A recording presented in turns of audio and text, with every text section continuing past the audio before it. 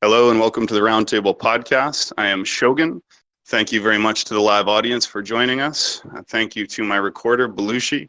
And thank you especially to my special guest, Yummy God, my good friend, or new friend, I should say, and very interesting gentleman, very intelligent and knowledgeable in philosophy, studying philosophy currently. And we're going to have a real good discussion of philosophy today. I see Taven is here as well, and Richter and everybody, so we're going to have a good conversation. So before I get started, we are the Roundtable Discord server. Please find us by Googling Roundtable Discord or go to the Discord public Discord access under the conspiracy theory or politics tag. You should find us at the top. Also, join us on all social media, Facebook, Instagram, Twitter, you name it. If you're there, we're there. Also, make sure you check out our YouTube channel, our website, roundtablediscord.com, our forum community, and all our other points of access. But remember, the heart of it all is the Roundtable Discord server. So, that being said, welcome, Yummy God. Thank you for joining me today. How are you, sir? Thank you so much. It's such an honor. I feel so dignified, so positive, so excited. Thank you for the warm introduction. I'm looking forward to our talk. Oh, that's great. I'm feeling good as well. And yeah, the Roundtable is a positive experience, and we love that we are a content creator collective. So if you're a member here, you can be a content creator, and you'll have a platform of, thousands of people, which is great. So that being said, thank you again. So you are currently studying philosophy, is that correct? Yes, I am a student of philosophy. I've been kind of obsessed with this field for the last year and a half, which isn't very long for somebody who does any field. So I'm definitely an amateur, but I try to take it very seriously. It's kind of the core component of most of my days. It's kind of the bread and butter of my life. So I'm a big fan of philosophy. That's right. Okay. Are you comfortable telling us at what university you're currently studying, or if not, what country you live in? Yeah, so I live in the United States of America. I study at the University of Delaware. I'm comfortable telling you guys that there are a few professors at the University of Delaware that have taken me under their wing. We have some. I think we have very overqualified faculty. Some people in theology that we have are. It's okay if I shout out, like if I give them shout outs, right? Because I've written books and everything, and I've read them. That's okay with the podcast, right? If I like give shout out to my teachers.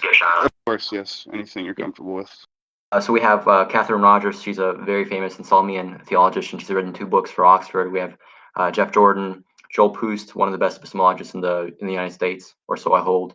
We have Noel Swanson, very prominent figure in the philosophy of science, specifically quantum mechanics. We have Shabo, who is one of the biggest compatibilists in the United States today. And these are all people that I kind of study under and I learn from on a day-to-day basis. They're my mentors. A lot of them are. And so that's kind of been my obsession, has been literally talking to them and reading the books they give me and studying under their wing for the last year and a half. So yeah, that's kind of my background. Awesome. So what is the area of philosophy that you would find yourself most interested in right now, or that you're most actively researching, or that you align yourself with the most so far? I've done a little bit of everything because I think that that's a requirement for anybody that goes into philosophy. The way I went about philosophy was I started with epistemology. I went into metaphysics, then moral epistemology and morality, and kind of applied ethics. But I've always kind of come back to epistemology, and I've also done quite a bit of theology on the side. So it's been primarily those 2 fields. Let's say epistemology and theology have been kind of the majority of my research. Epistemology being the study of knowledge and how we know what we know, and theology being, of course, the study of God and religion. That being the case, are you yourself a religious man? I've gone through many phases. I think the way I approach God is with a credence level. I assign kind of a percent probability or a confidence in God existing, and that has varied throughout my year and a half of reading philosophy. At the beginning, I started off reading a man called Swinburne, who gave a lot of really good arguments, and I kind of took on his views. So my credence in God was high. I went to people like William Hasker, then some of the books that my professors have written, and I've eventually ended up coming around to a man called J.L. Mackie, who was an atheist, and some other atheist writers. So right now, my credence in God is low. I don't believe in God in a very strict sense. But I am open to the idea of God. I'm open to new arguments. I take it to be a very serious topic that you have to approach in a very scientific manner, in an analytic manner. So I don't believe in God now. I have before, and I'm open to new arguments. That would be the full answer. Okay, we'll get into that perhaps more later. Are you planning to go on to graduate studies after undergrad? And if so, will you stay in the field of philosophy? No, I have personal life goals that include a kind of a family and kids. And philosophy, if you ever talk to any philosopher, if anybody in this lobby is planning to go into philosophy, it's something that you shouldn't do unless you can't do anything else. It's a very competitive, limited field. You're probably going to have to wait until somebody somewhere dies or retires. You're probably going to work as an underpaid adjunct when you graduate postgrad in philosophy. So my dream, in an ideal world, it would be my dream to do philosophy. It would be a great honor, but the economic reality of the world around me does not permit me to do philosophy. So I'm probably going to do law. I'm probably set up for law school or something along those lines. Corporate lawyer, probably. For my family's sake, I place the personal goals higher than the professional. Intellectual skill set that you refine in philosophy in a lucrative way. So I think that's a pretty good maneuver, and because of course both involve logic, argumentation, discourse, and similar kind of things, which I'm sure you understand that. But and that's why people sometimes will say, "Oh, philosophy is useless or it's pointless." It isn't really, because it's a set of disciplines for your brain, and then you can apply your enhanced brain to any other task you wish. And there are many other fields that actually benefit from the form of thinking of philosophy. But you of course understand this, but some of the audience may not know or have thought of that. I enjoyed philosophy very much. I'm myself a social scientist by education, sociology, etc. Primarily, I did quite a bit of, or some philosophy, not quite a bit, some. But so that being said, I want to ask you this. Is there a way in which you feel like studying philosophy actually changes your behavior or your life? Like, is it only an intellectual thing, or does it have more practical outcomes? I think it depends on two things. It depends on what kind of philosophy you study and how emotionally invested you are in it. And I'm going to explain that. I see that to me, there's a big divide in philosophy that some people say isn't really a firm divide. I think it isn't a firm divide, but it's a divide worth talking about. It's the continental analytic divide. I see the purpose of analytic philosophy, the philosophy that I do, to be largely analysis of real things in the world, which we do using concepts and which we do using the armchair and intuitions and the a priori. But it's an analysis of the real world in a systematic fashion. The second type of philosophy, I think, is continental. And that, although it has analytic elements, is largely geared towards existentialism, explaining the nature of our reality, giving us guidance as to achieve a meaningful or good life. I place people like Nietzsche and even people like Marcus Aurelius in this category. I think a lot of formalized self-help literature or life guidance literature goes into this category. And I think if you engage in continental philosophy, it should change the way you live your life. It should change the way you see the people around you. That's kind of the point. For the analytic philosopher, the changes are not as drastic. But if you get into things like morality, for example, if you become a moral skeptic, or if you become a moral realist, or if you become if you believe in God on the basis of analytic philosophy, that changes your behavior. But that's kind of a peripheral influence. Analytic philosophy at its core is meant to remain kind of unemotional, reserved, systematic, scientific, not related to our everyday behavior, but it can. So that's kind of I'm kind of on the analytic side. So it's changed my views about things. It's changed the way I think and behave in little ways, but not anything major where I become a different person or anything like that. It's not like a martial art philosophy in a sense. I see. So I think at this point it's reasonable to open it up to general conversation. If anyone else wants to speak or ask a question or make a comment, feel free to do so from this point on. If nobody does, I will just continue to discuss. Yeah, I had a question about the recent thing you talked about, analytic and continental philosophy. Do you think it's kind of dissolves or kind of comes together a little bit and doesn't really have any, or not that the meaning it had? Because like many self-help philosophies divulge into meta-ethics, and many meta-ethics divulge into self-help. That's why I said the distinction it may be firm according to some, but I don't think it's as firm as they say. And that is that I don't know a lot about continental philosophy, but the little I've done with Nietzsche it's made me realize that a lot of the claims are very much life guidance type, but that's reliant on very, very strong moral metaphysical claims. Same thing goes with probably Heidegger. I'm assuming that a lot of the German idealists that we call continental probably deal with the metaphysics of time and progression and causality. I don't think they go into as much detail as they should about these things, but I think definitely there's not a single continental philosopher worth their weight in salt that hasn't rubbed their shoulder against an analytic element. So yeah, I think the distinction is very much it's not as firm as some people make it. I think that's definitely true. Yeah.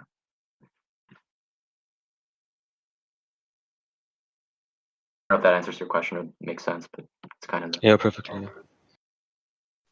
I'll ask this question. Is there a particular philosophical question or sort of line of inquiry or conundrum that you think is very interesting overall or just currently? I mean, I have a terrible memory, so what my brain holds in it is basically what I'm reading right now. And what I'm reading right now, what I'm working through right now is actually 2 books by one of my professors that concern St. Augustine's and St. Anselm's views on free will and God, whether the two are compatible. And that's like, what is the causal origin of sin? How is a moral responsibility compatible with an omnipotent God and divine sovereignty? Things like that. Kind of theological questions. I have done interesting stuff in the past, stuff that I consider interesting, like moral skepticism and libertarianism versus compatibilism and free will, or certain tenets of applied ethics, or philosophy of science, epistemology, a lot of epistemology, dealing with skeptical arguments. I could talk about any of these things, not on a very detailed level though. I don't purport to be an expert. I don't think that I know way more about this stuff than a lot of you guys do. I've just touched on these many categories, and right now what's the freshest in my brain is theology, but I'd be willing to go outside of that and talk about anything. Just don't expect a whole lot of me. I'm very reserved, and I say everything very, very tacitly. Nothing is for certain what I say. So yeah. What is your perspective on the question of free will? Because this is something we've talked about on the roundtable many times. I've discussed with many people, and I'm curious, do you believe in free will? And if so, what does that mean to you? And if not, why not? It's funny, I recently read a book by a man called Smolensky. The book was called Free Will and Illusion. And the main point of the book was that even in a non-libertarian universe, if we do not have libertarian free will, and I'll explain what those are, we have to take precaution in how we address the free will that we really do have. See, when I look at the metaphysics of free will, I do not think that I have a very firm belief on whether we have the sort of libertarian, underdetermined, truly ultimately responsibility grounding free will that libertarians like to say we have, or whether I'm more reserved and I hold that we have a compatibilist free will. I'm not even sure if I think the compatibilist free will is free will like that. Sometimes on some days, and when I read certain arguments, I have the suspicion that compatibilism is really just a kind of a tap dancing around a very serious and very grave metaphysical issue. Regardless, I think that there are good arguments to be made for both sides. But right now, I'm leaning towards the view that either we have a libertarian free will or we have nothing. I'm not a big fan of compatibilism. I think a lot of that is just kind of a sad afterthought.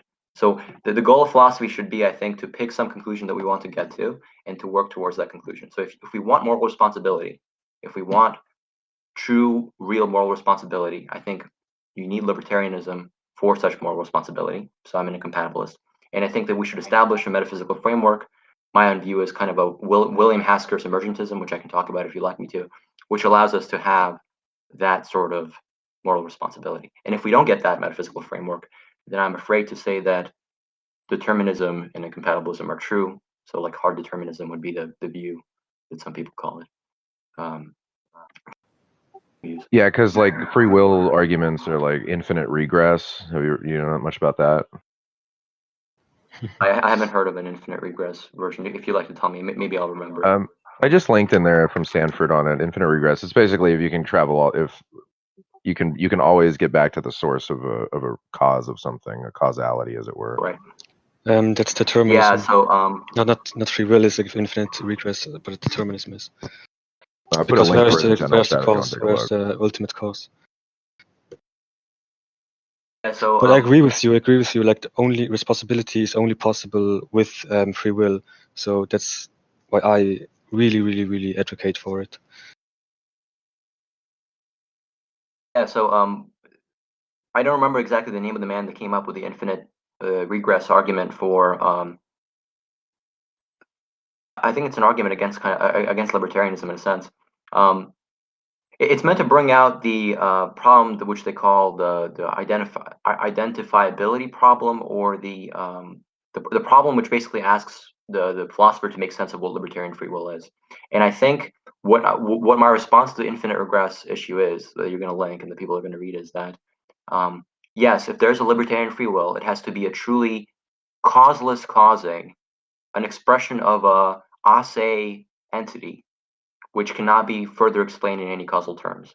It has to be a brute occurrence on most philosophical views. That's the Yes. name they would use. If you don't have that, if you don't have a causeless cause or a brute ase thing, you do not have libertarian free will, I think. You have a determinism there, or some sort of random indeterminism that's uninteresting morally.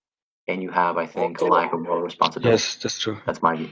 Can So I it explain was about a the logical free will fallacy. Yeah. thing?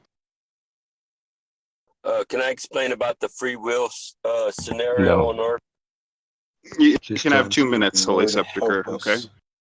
Okay, look, we have to deal with civilizations on different planets. The -0 planet civilization, and the +1 or whatever, +2. Well, our situation where I was taken as a child because my parents were brainwashed in the Catholic religion, that was not free will. That was forced upon me. So in religion, there's no free will at all, period. I mean, your parents are brainwashed.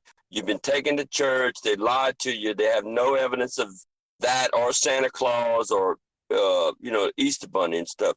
So we're raised as a bunch of liars. I mean, our civilization, until y'all realize that your civilization has lied to you, your parents lied to you, you're not going to get out of this free will bullshit y'all believe in. I don't believe in free will, not on this planet. It's Okay, more. thank you, Holy it's Sepulchre. more- I'm going to ask you to take a few turns off the mic now so we can stay on the topic Okay, of philosophy. all right, I'm gonna do that. However, I do think you made a very good point there, in a sense that I more or less agree with, that at a basic level, the simple principle of socialization essentially nullifies the concept of free will. So as a social scientist, I'm trained, again, training, I'm, educated about the variety of social things such as tradition, culture, education, socialization, everything from the family you're born into, the country you're born in, the nationality, propaganda, even outright mind control. All of these things exist and are essentially on their face and incompatible with a meaningful interpretation of free will. Because when you say something is free, you're trying to say that it's unconstrained, and yet whatever will we have is constrained by layer upon layer of external forces that are operative on us from actually before birth. So even by the time we're born, we're constrained, our will is constrained by dozens of layers of causality and determinism, if you want to call it that, and even simply socially, right? It's just not very meaningful to say that when every person who's born in a Muslim country with Muslim parents ends up being Muslim, and almost every Jew ends up being Jewish and every Christian ends up being Christian, then it's very hard to make a meaningful argument for free will, because obviously the circumstances of your birth determine your whole worldview, and that determines your actions. I think there needs to be a very strong distinction that is drawn that is a response to that argument, and because I don't think that argument is very strong against libertarianism. Allow me to explain why. It's perfectly compatible with libertarianism that there's a whole array of genetic, environmental, religious, social considerations which restrain the choices between which you have to make a decision. So it may very well be that a person who is born in some part of the world only has the decision to be different sects of Islam, to be part of different sects of Islam. That's one thing. But it's perfectly compatible with that between those choices that they are given and between their relevant weights, they themselves are the ultimate causeless originator of a decision. So I think you can very well, there are certain issues here. Naturally, certain issues arise when you start discussing weight and the way weights are assigned. But I think it's perfectly compatible with libertarianism that there's real environmental and genetic factors influencing which decisions we choose between, as long as they don't influence exactly which decision we make in the end. So that's my own view. And I just want to respond to say that, like, not everyone who listens to this podcast or is in the room is going to have any background in philosophy at all. So as much as possible, whenever a term is used, just please provide a quick definition. So when you, like, obviously free will can be defined in different ways, and I understand you're defining it as libertarian free will. So please just give us a quick synopsis of what that entails exactly. So consider libertarian free will to be, I'm going to give you guys kind of necessary and sufficient conditions for libertarian free will. A libertarianly freely made choice to me means that whatever the causal physical history was up to the point of you making that choice, everything in the world together, did not determine the choice that you would make after that point. So there is a physical causal underdetermination of your choice. That's one. The second part of the libertarian choice is that the choice has to come really from you. You could have a world in which everything is underdetermined up to a certain point, and then at that point, a particle randomly fires off in some direction, and that causes you to make a choice. That's not libertarian free will. Libertarian free will is the conjunction of A, underdetermination up to a certain point, and two, that what happens next, where the universe goes, is truly decided by you in an assay, you being the ultimate cause, the ultimate responsibility for that thing way. A really big, Shogun, is it okay if I keep kind of discuss a problem with this definition, or would that suffice for now? You feel free to do whatever you want to do or think is most logical at this point. I have a question. A really big issue. I have a question about it. What your views? So, do you think that determinism is false, or do you think it's true? So Like, the thing is, do you think it can coexist? Do you don't think it can coexist, right? So given my definition of libertarian free, so I hold two things. Yeah. A, if you do not have libertarian free will, you do not have true ultimate moral responsibility for your actions. You may have some sort of derivative compatibilist responsibility, but not true moral responsibility, which means that if a necessary condition of my libertarian free will is that there is underdetermination at a certain point, and then not say choice, that world cannot be determined. If the world is determined, there is not any underdetermination at any point in time, and no choices can come truly from you. And if they do come truly from you, if they're assay, still, they're in some sense, you do not have alternate possibilities. To put it in a more simple way, I believe that you must have some level of alternate possibility to be free. There's Frankfurt-style counterexamples to that, but that's a complication we don't have to get into. So no, the answer is no. Determinism is not compatible with my view of free will, which is required for moral responsibility. All right. Okay. That's my view. So I have a question as well. So you referenced that, under such a scenario, without free will, we couldn't have moral responsibility. But is that problematic? Because it's not logically problematic, right? There's no logical problem with us not having moral responsibility. I'm not thinking you're saying this, but it's not a condition of an argument that it enables moral responsibility for it to be true. I think we'd agree on that. And then I don't necessarily believe there's any problem if there isn't moral responsibility. I don't think that causes any problems for us as a society, et cetera. In fact, I think it would probably be a huge evolution in our consciousness to continue to defend everything that is good and respond to everything that is evil, but to somehow detach that from this sense of blame or praise that we currently have, because I think we need to recognize that those who do good in many respects are fortunate to do so, and those who do evil are in many respects unfortunate to do so in the vast majority of cases. So my own position would be that free will does not exist, and I'd articulate that more fully. And nevertheless, good and evil do exist in my conception, and the social utility is better served by a different perspective on good and evil that is less free will centered and more deterministic. I think that would actually enhance the efficiency of our policies. I think that when you go in for that sort of view, you're missing once you admit that there isn't a thing such as morally responsible action, you are reducing the set of things that you can assign moral properties to. And what I mean by that is this. We tend to assign moral properties to character traits, actions, the agent themselves in many ways. I think we engage in a virtue ethic far more commonly than we realize. But once you get rid of that, you can only assign moral properties to outcomes. The stuff that agents result in, the stuff that their actions cause, the stuff that their actions produce, but you cannot actually assign any moral properties to the actions themselves or the agents. And I think at that point, you restrain morality to such a small sector that it's kind of a I'm sorry if this is profanity, but it's kind of a bastardized, limited version of itself, which I'm not sure is even worth endorsing at that point. Maybe you can make an argument for why it is worth endorsing, but I don't see why you would be. Can I add to So, that? yeah, Because if I could it's respond, also Roger, just since he proposed it, and then I can go ahead. So my concept of good and evil, I conceptualize it in terms of benevolence and malevolence being the defining factors. I think that good and evil and morality can only reference in a meaningful way intention. They can't reference consequences. Consequences can be assessed in terms of beneficial or detrimental, positive or negative in the sense of, the outcomes being effective or ineffective, harmful or constructive. But only good and evil cannot be applied to consequences. They can only be applied to intentions, right?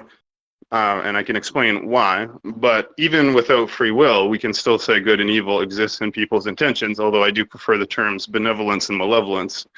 I use these sort of synonymously. So again, if my intention is malevolent, then this is morally evil, and it remains morally evil even if I am not possessed of free will.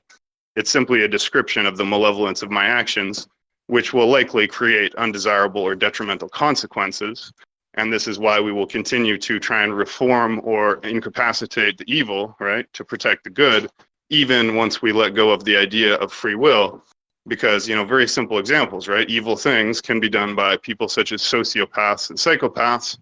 Psychopaths being born without the quality of empathy from birth, therefore literally unable to form a functioning moral system, literally physically unable to understand the difference between good and evil in a meaningful way. And therefore they are evil, right? They may be a serial killer or torturer or something, and we wouldn't say that is an evil and that the intention is not malevolent. Yet we don't need to delude ourselves that someone born a certain way therefore has free will to do evil, because that's like saying a blind person has the free will to see. What I'm not saying is that it seems to me that when you say in this case that an intention is evil, what grounds that evilness is that it will produce a bad outcome. Is there anything else that grounds the badness of that intention or the evilness of that intention? Well, again, my condition of good and evil is benevolence or malevolence, and I can elaborate that by saying that benevolence leads to compassion, right? It is that which is well-meaning and kindly towards others, right? That is benevolence. Malevolence leads to sadism and cruelty, and that which is harmful and destructive towards others. So yes, the outcome in the end will be detrimental, and that is how we understand that the intention is evil. So again, I progress it this way, right? Good and evil correspond to benevolence and malevolence. Benevolence corresponds to compassion, and malevolence corresponds to sadism. And both of these things split on the dichotomy of empathy. It is our quality of empathy that humans possess, the ability to put ourselves in other shoes, feel what other beings feel, either empathetically and or sympathetically feel the happiness or sadness of other beings.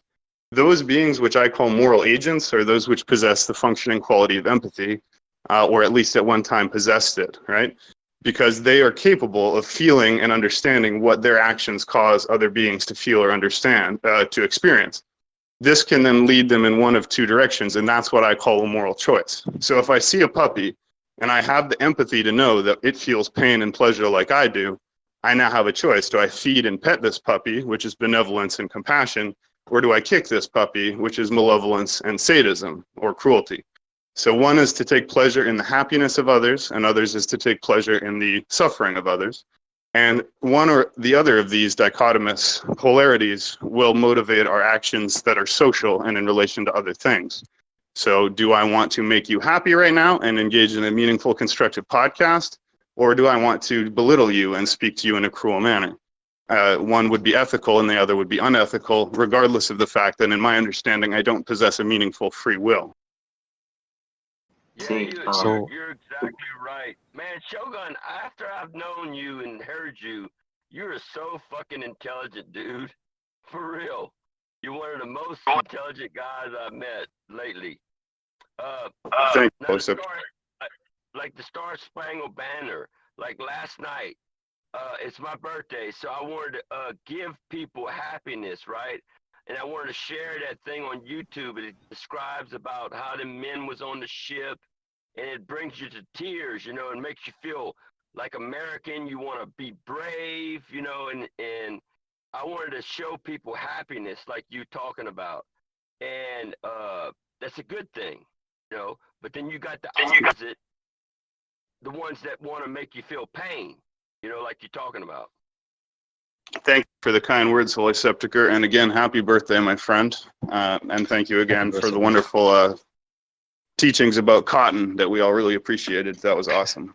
But I think Richter also had something he wanted to say. Exactly. Yeah. So determinism means that you cannot choose to act benevolent or malevolent, because there's always a cause. There's also always a reason, and this reason is beyond your capability to act upon, because there's no free will, right, in determinism.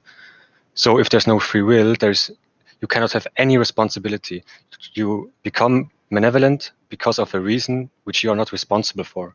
So this means that you acting benevolently can't be punished, really, or shouldn't be punished, because you're not responsible for it. But it's like this thing I wanted to go further on. You beat your children. Okay, what's the cause for you beating your children? Your mother beat your children. Okay, what's the cause for her beating you? Oh, her mother beat her, and so on and so on and so on. And why did her mother beat her? Because she had schizophrenia, and so on. So you can always like conclude and never get to the cause. Never get to the actual. You can always like give away responsibility, but you can never say, okay, no, I am hitting my child right now. No one is causing that. I am hitting my child right now. This means I need to stop.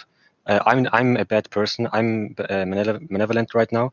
But if you hold the perception of determinism, you have to say, okay, no, this is the cause. This is the cause. This is the cause. This is the cause, right? And that's what my fundamental argument is against determinism. And I want to agree with you, Richter. Sorry, Yummy God. You keyed up. I don't think you're speaking. Okay.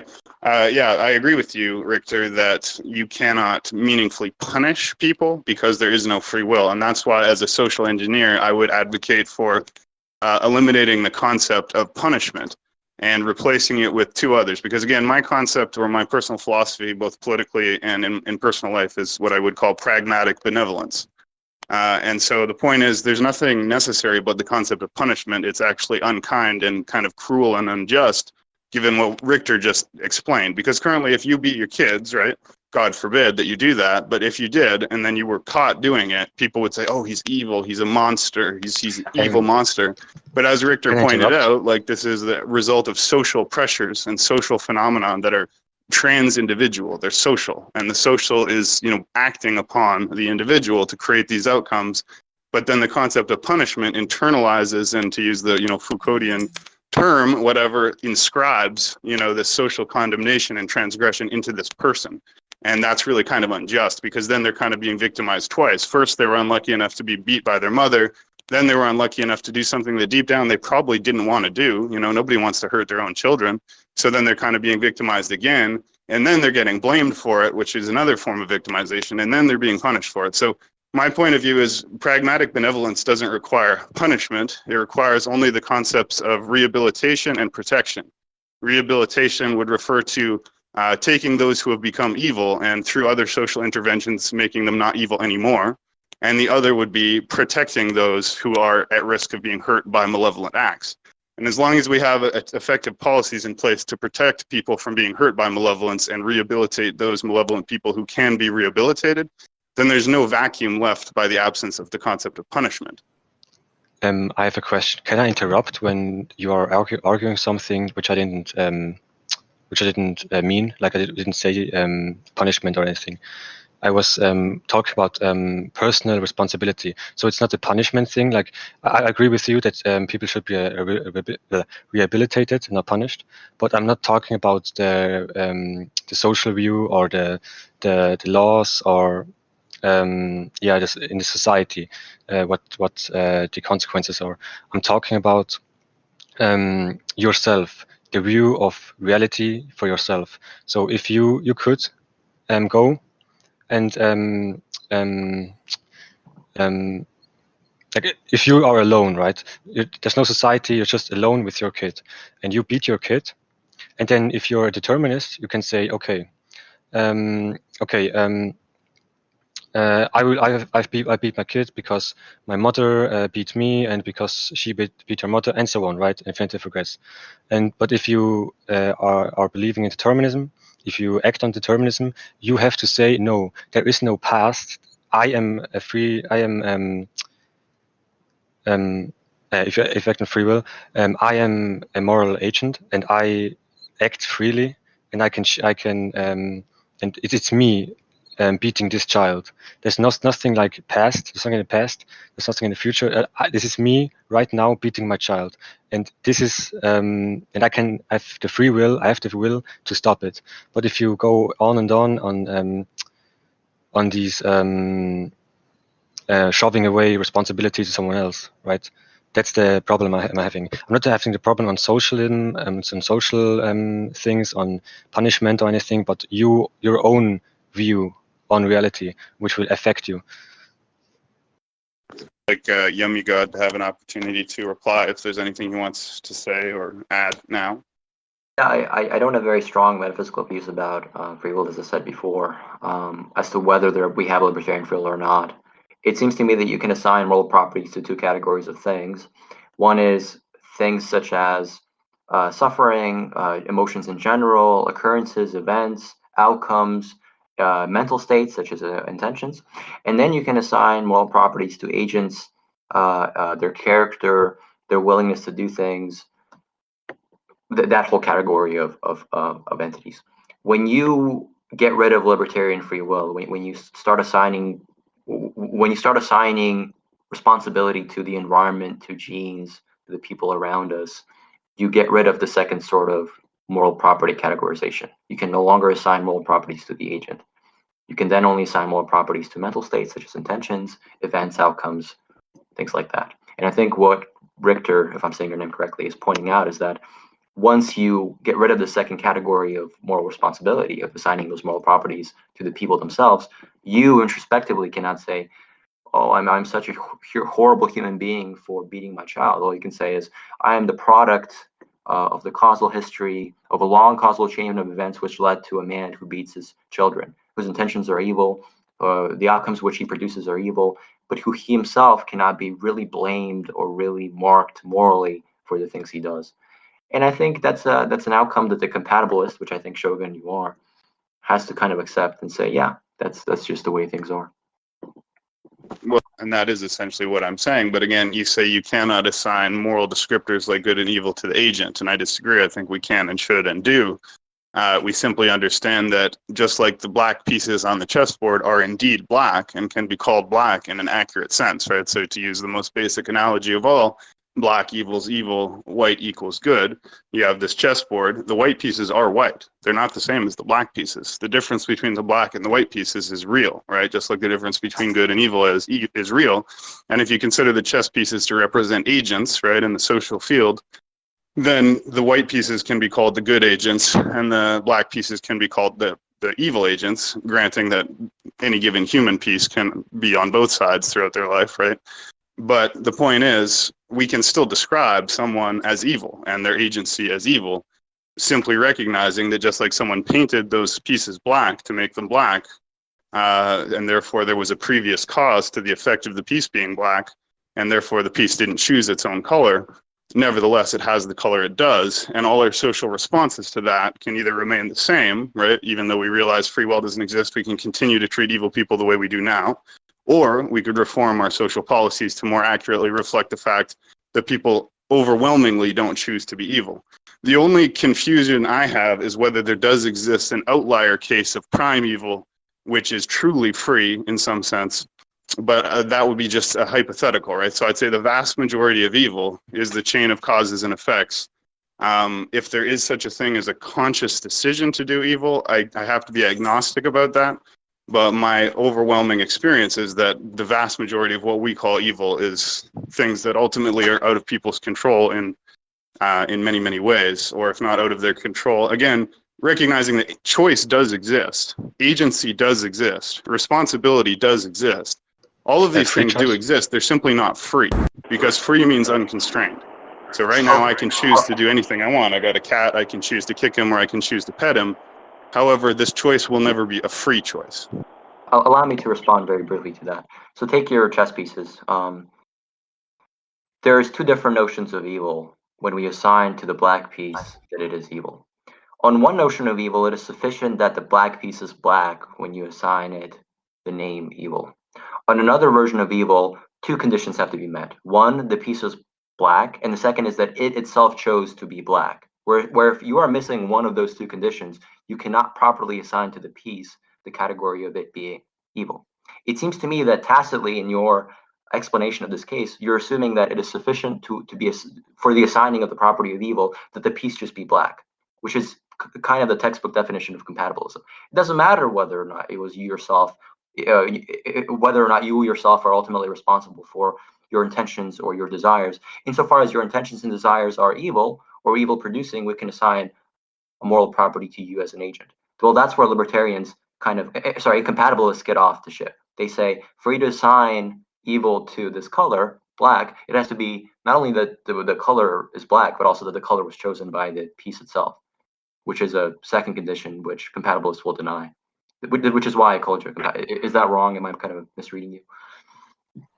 I honestly, the term compatibilism is one that I haven't heard before. So again, if you want to just define it briefly, I've kind of contextually understood what you mean by it, but I want to make sure I'm correct. So compatibilism basically says that, let's take your black piece.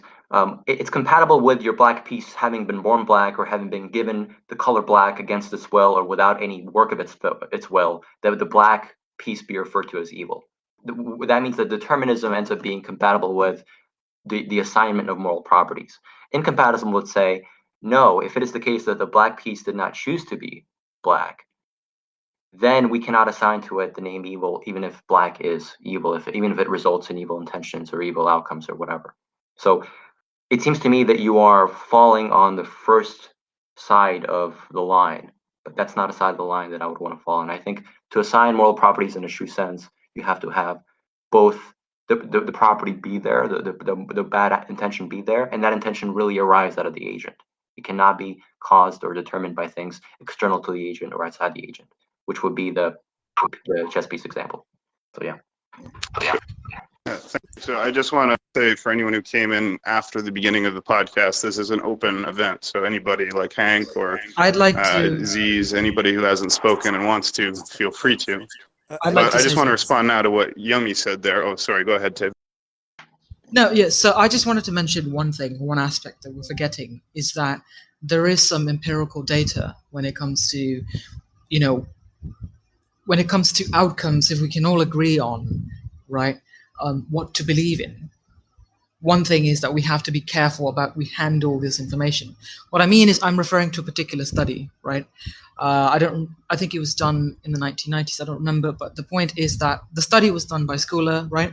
The psychological study, and basically the study was saying that, look, if you got someone to read a passage on free will, right, and determinism, right, and then you kind of just offhandedly sorry, not offhandedly, but if you present literature, right, or readings from like determinist authors, and you get them to read that passage, and then you ask them to do a test, what we find is that empirically, people who, in general, people have like, free will, beliefs in free will, right?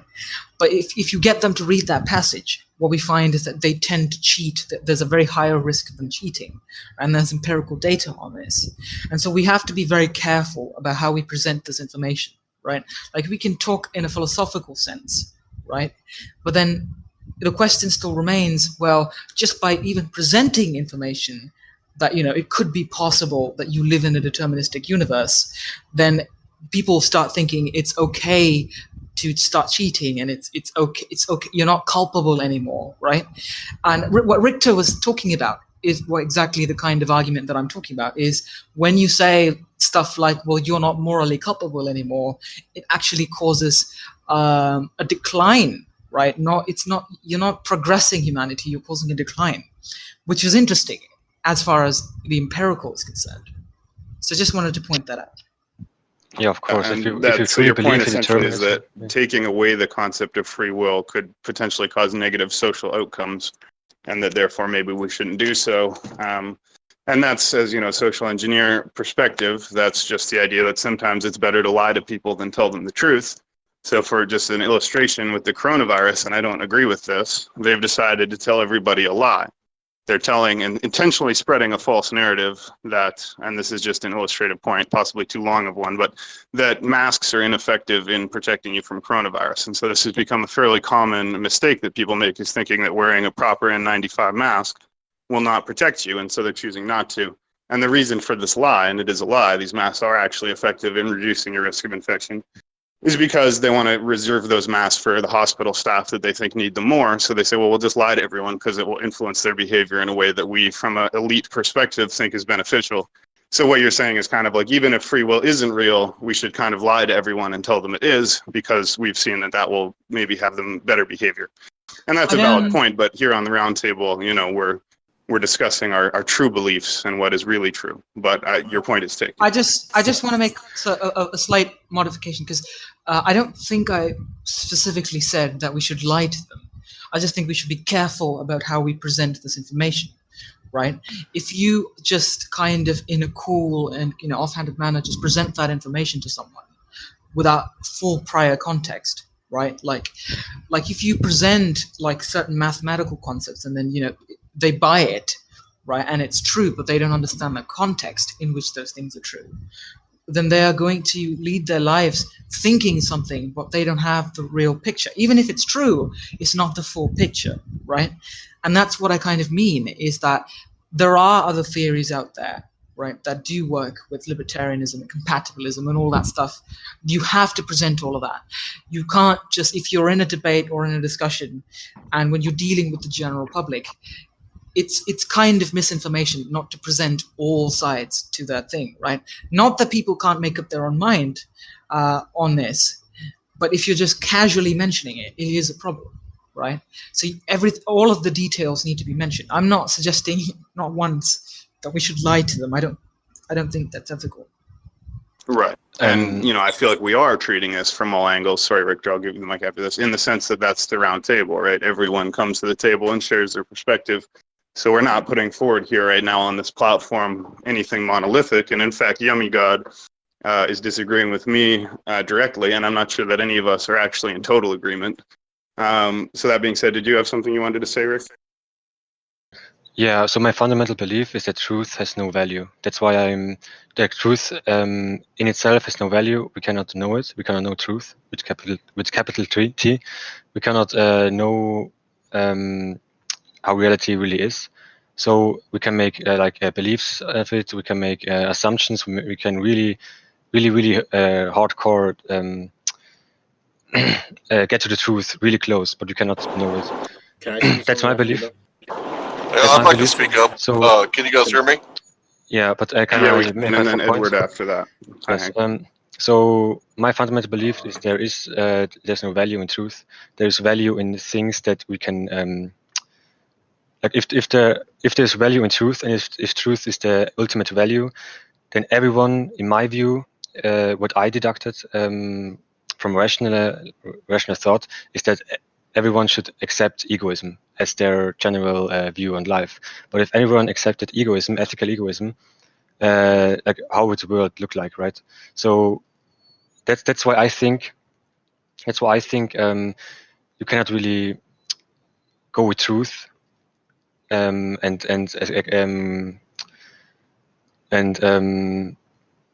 go with this truth to society So you said you should lie. Yeah, you should lie. We're going I to give think the you should mic to lie. Edward and Like- Hank after Richter is finished. Exactly, like the Bible does. You should lie. You should make moral compasses. You should lie to people. Preachers, right? But like what Nietzsche came to the conclusion. You should be a preacher of some ultimate value, of some ultimate moral that everyone can follow. And yeah, that's my belief, and that's why I believe in free will. Not because it's true, but because it's the most valuable thing. So Okay, you go ahead, said- Edward, and then Hank. So you said that you don't believe in truth, or truth does not exist, right?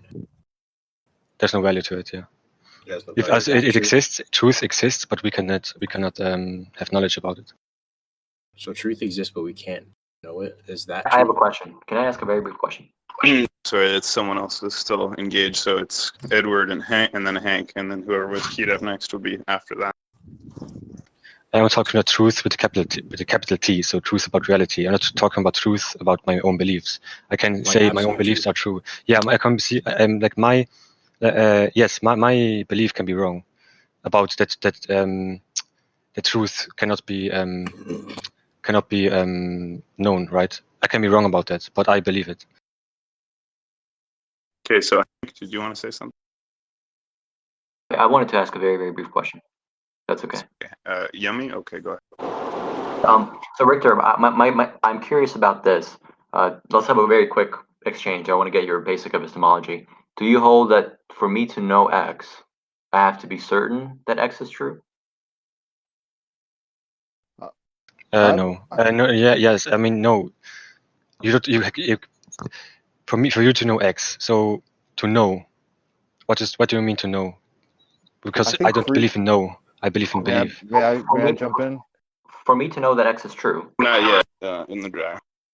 for me to know that X is true, what level of confidence do I need to know? Do I need to have in X? Do I need to be certain of X? Is this a Cartesian certainty requirement? Do I need to be more sure that it's true than sure that it's false? What are the requirements for Yeah, knowledge? you should be certain about it. But truth for me is a belief. Like it requires belief, right? So it's not you need to be certain about your own belief, yeah, for it to be true for you. Yeah, I missed my cue. I'm sorry. If I could try again. Yeah, I'll just go ahead and speak now. Can you guys hear me? Okay.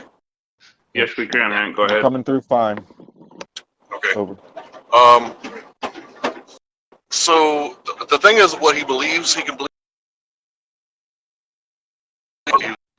You're cutting out for me now, So say Hank. what I believe is that absolutely know the truth. The scientific method is one of them. For example, scurvy. Like if you don't take any vitamin C for 3 months and you're eating carbs, like you will develop scurvy. And once you take vitamin C again, eat some limes or lemons or oranges or something, right? The scurvy will go away. Like we can scientifically prove this. So I would say that the distinction between belief and knowledge does need to be there, but it has to be empirical. Sorry, am I cutting out or something? No, go ahead, Not Hank. at all. Okay, so yeah, it has to be empirical, right? It has to be observable, testable, repeatable. And science, the scientific method isn't the only way to ascertain the truth. You know, there's also logic and reasoning, right? Deduction, right? But I think that we have to be very careful on what the belief system is, BS, and what truth is, knowledge, right? So if I were to ask you gentlemen, how many toes do I have? There's only one way that you can find out. You have to use 2 or more of your senses to verify. And if it's unverifiable, it's bullshit. In other words, a belief system. Thank you. Yeah, you can Okay, be. can I say you can there be are many certain- things- We're going to give it in the dryer the mic now because he keyed up Yeah, sure. earlier. I have a question later. Okay. I'd like to say that free will seems to be one of the most fundamental human aspects of humanity, one of the most fundamental human neural circuits. Free will seems to be the defining trait of humanity, what sets us apart from AGI and other potential life forms, in that we're able to break down causality through will alone and enter into new realities as a result. I've seen such verified with my own eyes, and it's repeatable in a fractal sense, in the sense that it's not completely repeatable, but it's self-similar. And I've seen such happen, and that's led me to believe that free will seems to be one of the most fundamental aspects of humanity that we can reach towards, and we should cherish our free will, because that is part of what defines us as humans.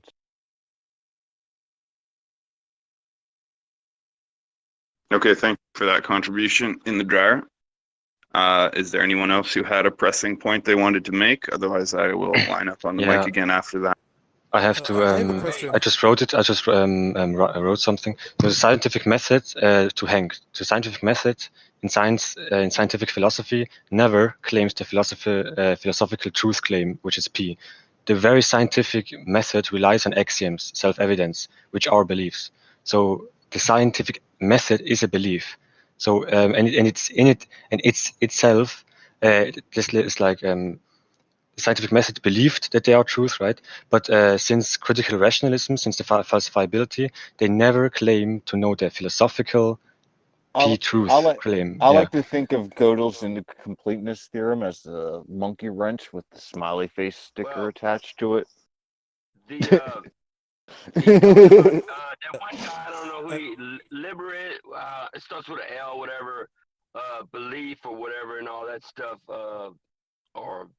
but what I'm saying is, I know things about civilization. When you start using the right, the left hand, right, left, liberal, whatever, that liberal word. You're forcing one into a dichotomous. And dryer, please don't interrupt, and please give up the mic for a couple turns, okay?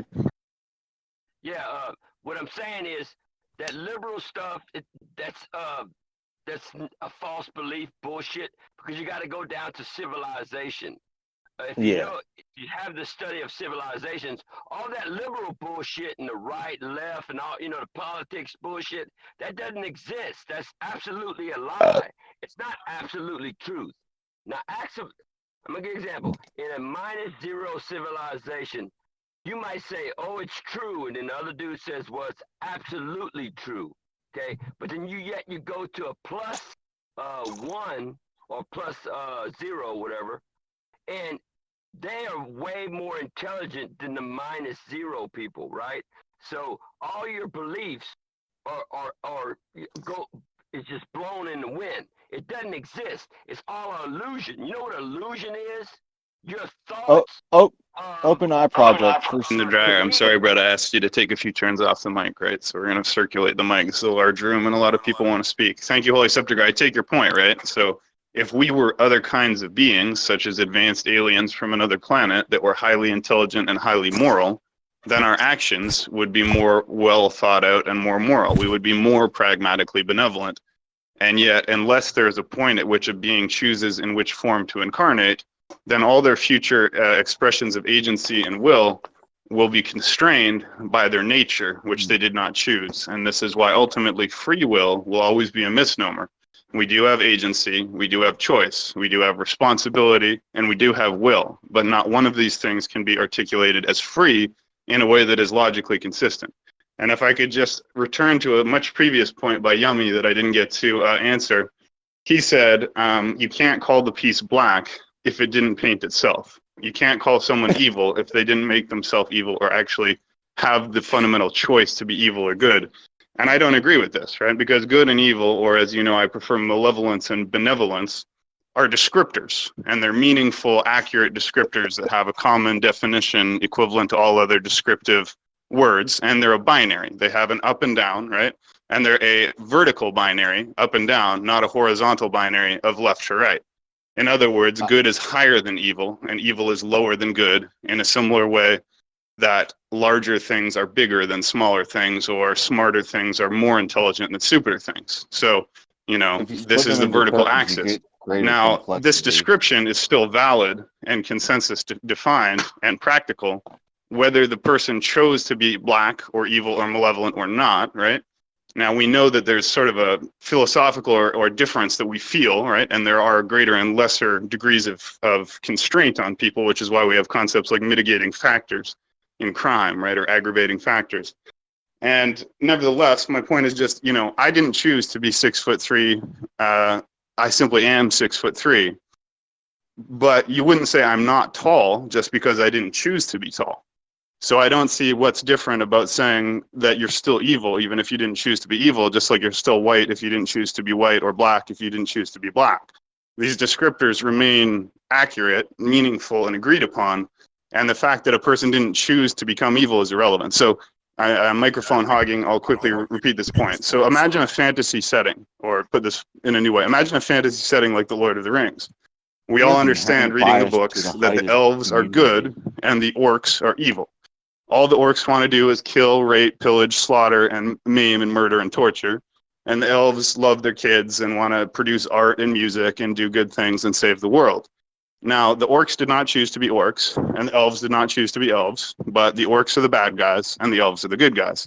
And I see no reason that this is not an adequate understanding of the world. So I want to have a very brief response to that. Subjective morality This, again. Go ahead, Yumi, and then Zitman after that. I agree with you that there's many physical type descriptors such as tall and fat or whatever that do not require any sort of free choice to be properly assigned to a person. But consider Interrupt in the dryer, you'll be muted. But consider we see a guy who's working really hard in the office, and we say he's a really hardworking guy. And to me, that can have two different variations. One is just the mere fact that he gets a lot of work done. Another is that he is, through his volition, through his free will, a hardworking person. Now, to me, if we find out in the next second that there's some mystical neurosurgeon that is forcing him to do the work that he's doing, if I find out that he is not really creating the work that he's creating from his own volition, from his free will, I wouldn't say that he's hardworking in the second sense. He's still hardworking in the first sense. He still does a lot of work. He gets a lot of work done. But I would be hard-pressed to say that he's a hardworking person in the second, more meaningful sense. And when we speak of evil, I differentiate between two notions in the same way. You can assign evil in the very shallow sense of this person has evil intentions, bad intentions, they produce certain outcomes. Or you could meet it in a more substantial, meaningful sense of this person is an evil person, which I think entails a volition, a choice, a free will. So to me, I don't think that evil is the sort of thing that has only one extension, and it's this form extension. I think it's a complicated word that may have many extensions. And I think the more meaningful one, the more substantial one, is the one that points to the person's actual character, volition, and free will. And that's what your view is missing. I think you're just denying that sort of existence. I have a question for Yummy God. Go ahead, Aziz. Okay, Yummy, I got okay. So, just imagine this scenario. We have two societies: Society A, which, completely believes in determinism, and Society B, that completely believes in compatibilism. Now, when we consider crimes, I like to think of three options for a crime. So, either you can punish the person, you can rehabilitate the person, or sometimes do both, or you can ignore the crime, like piracy. Like we don't really care about piracy; we don't punish it. So, we can punish, rehabilitate, or ignore the crime. So in these two societies, Society A and Society B, Society A believes in determinism, and Society B believes in compatibilism. What effects on crime? On the repercussions for crime do you see in those two societies that might arise out of those two different viewpoints?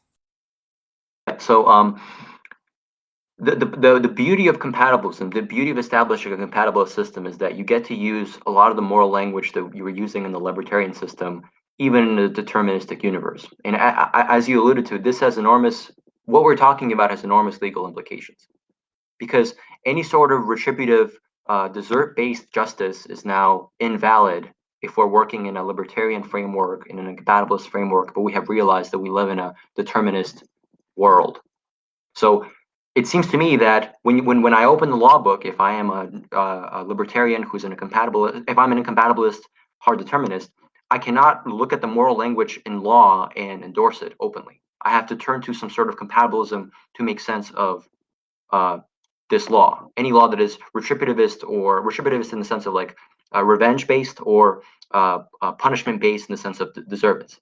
This doesn't mean that the society will no longer be able to punish people for pragmatic notions, like prevention notions, to prevent other people from doing things, or to separate them from other people because of the fear of this person doing some other really bad thing.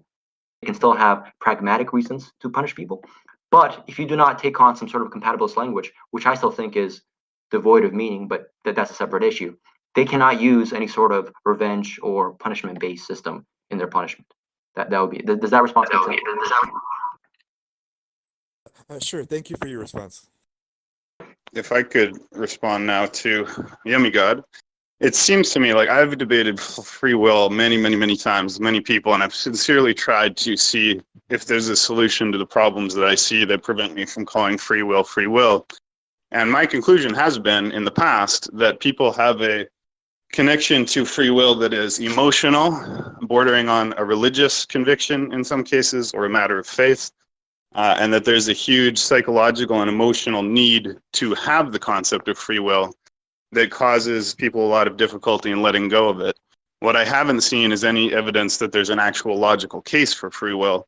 And so what I mean by that is when you've said repeatedly that your problem with my system is that it doesn't allow for what you call a more meaningful or deep concept of good and evil.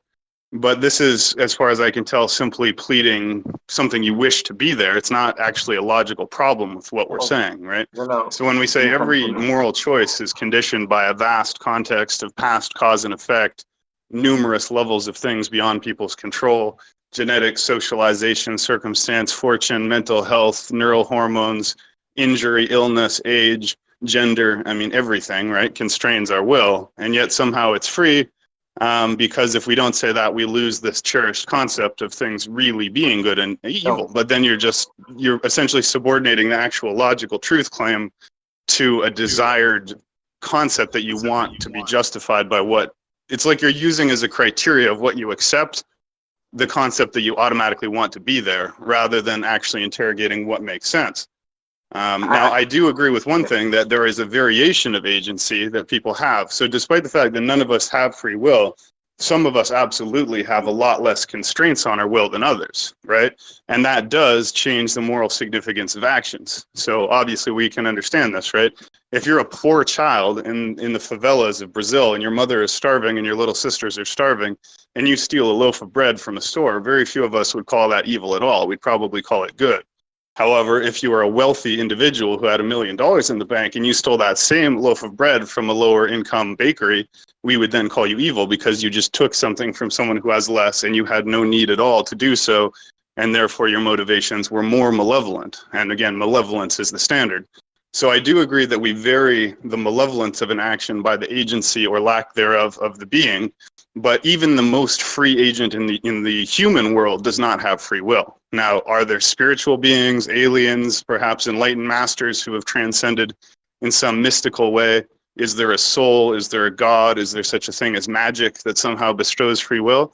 We can't rule that out, but if that is true and it's bestowed by a God or supernatural agency, then again, it's not really a meaningful free will because you weren't really chosen to be bestowed of it. And again, that's simply like a faith-based hypothetical.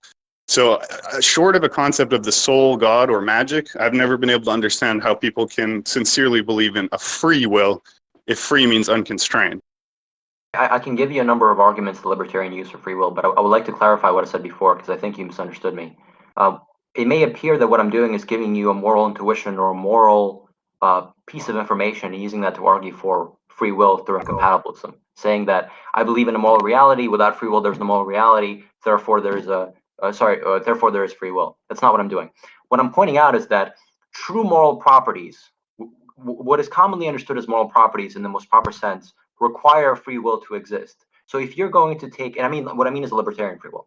So what I am challenging you to do is accept the consequences of you taking away agency or libertarian free will from the agent. I'm not saying that moral properties are evidence for free will. I'm saying that you denying the agent true libertarian free will entails that you have to deny ascription of moral properties to the individual. You may still ascribe moral properties to the things they do, much like in the case of the hardworking man who was controlled by a neurosurgeon, but you cannot assign moral properties to the agent themselves. So I'm not making an argument from free will through moral intuitions. That's not what I want to do. I have separate arguments for free will. What I'm doing is I'm trying to have you see what the full consequences of your free will metaphysic are. It's not supposed to And work if in a I could recursive respond, manner. I honestly think the only actual consequence is the reconceptualization of good and evil as sort of primal, or theologically loaded or morally loaded concepts in terms of condemnation and praise. What I think the result of recognizing that free will doesn't exist is that we give up on the concepts of good and evil in that sense. We define it as I have, as malevolence and benevolence.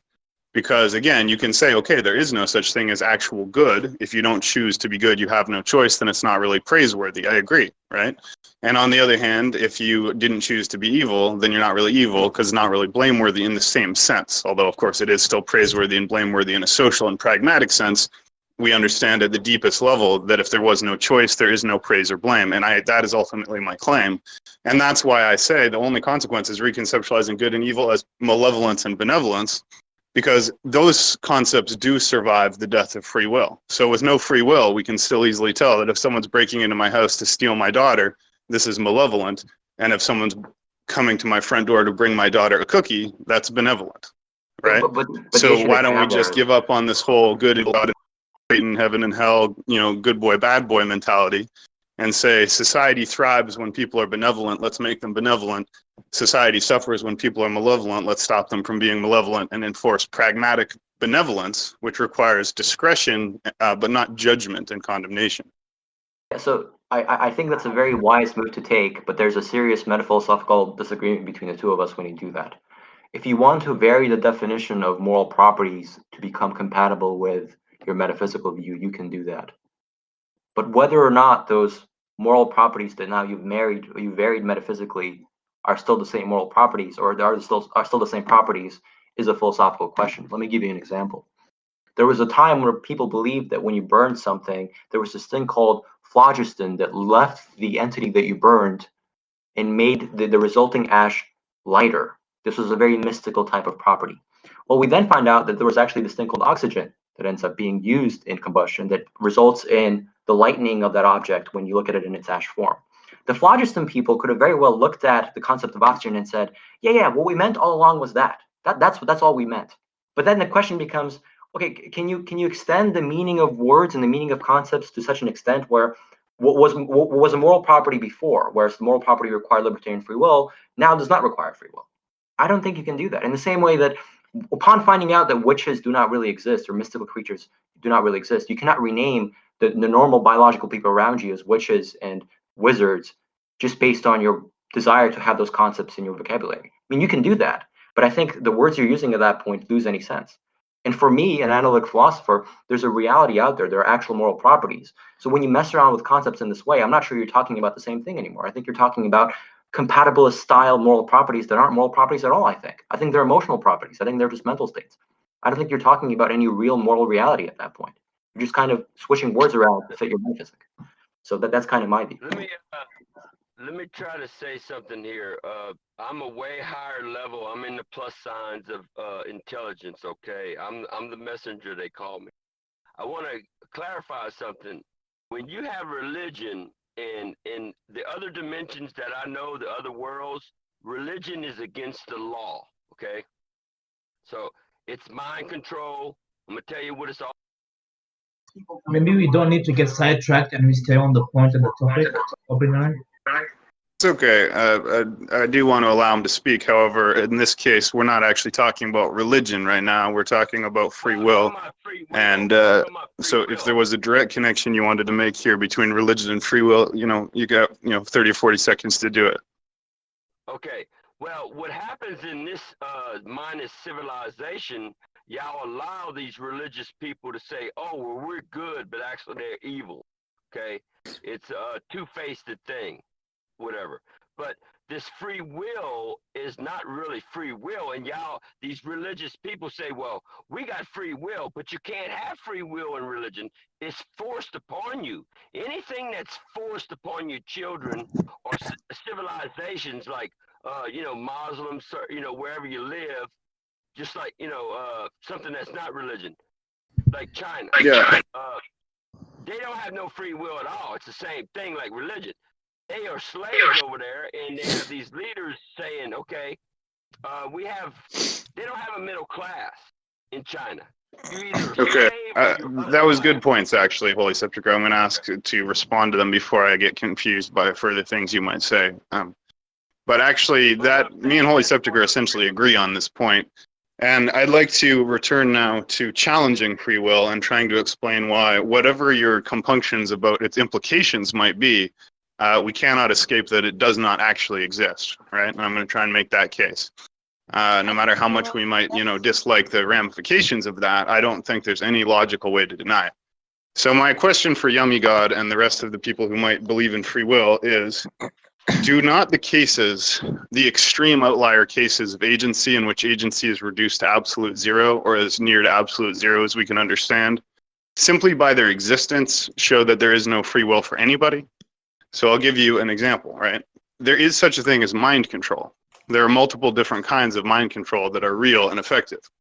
So one is a drug called scopolamine, right? They call it devil's breath. And if you treat someone with scopolamine, or poison them with it rather, they become completely compliant, brain-dead zombie slaves who will literally do anything you say. So if you say, take your pants off, they take their pants off, even if they never would do that normally. Or you say, take all the money out of your ATM and give it to me, they'll do it. That's scopolamine. Another one could be stuff like NSA talks about, such as trauma-based mind control. So say you have a child, God forbid, but this shit happens, who is tortured and abused methodically by like a government since they're born in a sick experiment like MKUltra to try and, brainwash them and create psychic slaves. Well, this has been done by governments around the world. So and then a third one I'll use, which is the most personal to me, is the existence of mind-controlling parasites. So there are mind-controlling parasites and mind-controlling fungus whose evolutionary strategy is to hijack the nervous system of other beings, often insects, but up to and including animals and humans, and literally turn them into hijacked creatures that are no longer possessed of agency and will literally be compelled to kill themselves, right? So act against their most primary and fundamental impulse, self-preservation. So it'll infect a cricket and make the cricket jump into water and kill itself so it can be eaten by fish and spread the parasite into the fish. Or it will cause a mouse to run towards a cat with an erection and a sense of attraction to the cat that hardwires its normal fear response so it can be eaten by the cat and spread the infection to the cat. And that same infection exists in humans, and I have it, right? It's called toxoplasmosis. And if you look it up, it's actually described medically and scientifically as a mind control parasite, right? This is the term that's very often used, mind controlling parasite. And it changes every aspect of your behavior, your risk taking, your sexuality, your attraction to danger. You become fearless. You put yourself in reckless situations. It causes a lot of people to die in motorcycle accidents, makes you more of an entrepreneur, more business oriented, more promiscuous. It goes on, right? And it's an irreversible brain parasite. So even if you treat it, it has permanently rewired the physical structure of your brain in a way that changes who you are. So my point is, the fact that all these cases exist, to me, they completely disprove the concept of free will, because I didn't choose to get toxoplasmosis. The child didn't choose to be subjected to mind control, and you wouldn't choose to be dosed by scopolamine. But if any of those things happen to you, you no longer have any functional free will whatsoever. And the fact that they didn't happen to you, and therefore you still have the illusion of free will, is nothing more than pure random chance, which again is not free because it's just chance. Okay, so let me respond Is that to parasite? Is that parasite? Pardon me? Is that parasite you mentioned under the family of Rhabdoviridae? Not sure. It sounds possible. We can discuss it further, but I was only referencing that as an illustration in this case. But when I think about my own life, it's kind of clear to me that I can't really be said to have free will because I'm not even strictly a human, right? I'm a hybridized, colonized, parasitized creature, right? The Toxoplasma gondii has colonized my brain and my lungs, and it'll be there it's been there since I was a baby till when I die. And every aspect of me, from my sexuality to, my behavior, is different because of that. So how can I be said to be free-willed if I have a parasite, right? And the point is, if you don't, you can say, okay, well, I have free will because I don't have the parasite, but that just means that the determinism of random chance protected you from what happened to me, and so therefore your illusion of free will is just an illusion. Couldn't you say the same thing about emotions in the first place? That emotions destroy your ability for free will because it influences your decisions? Sure, that's the point as well. I see what you're saying. I think it'd be an and easier we'll get into point that. to I make. thought I heard a female voice I haven't heard yet. Yeah, I think you've to meet your soul. You've yet to actually find your soul, because once you find your soul, you know that you have free will. You have yet to prove That is the a fair existence of point your in the soul. sense that the only argument that I concede for the existence of free will is a supernatural one.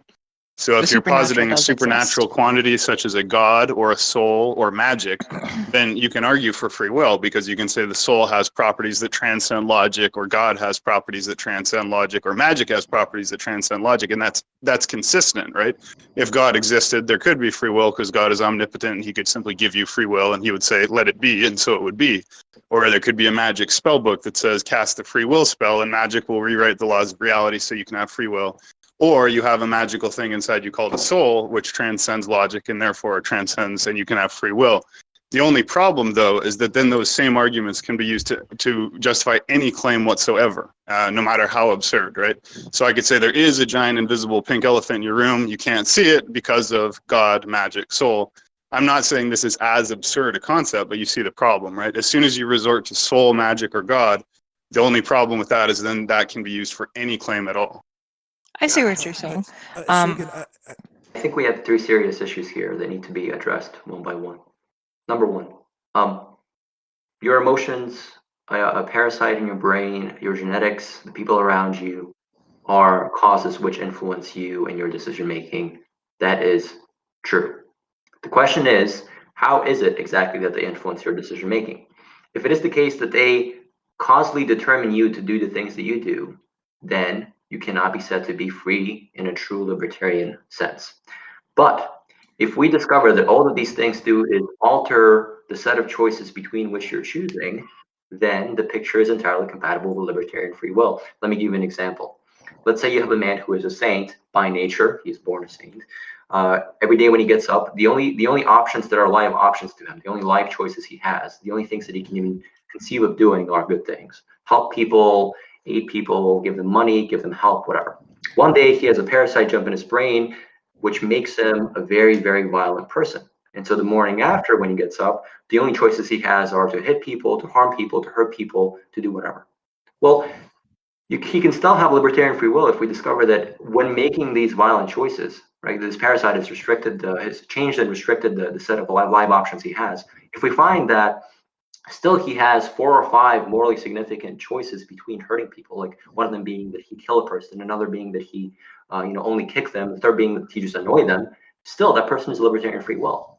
So an external cause can alter your set of choices between which you're making a decision, and you can still have libertarian free will. So if this parasite has not causally determined you, but solely changed which choices you're making the decision between, then this is compatible with libertarian free will.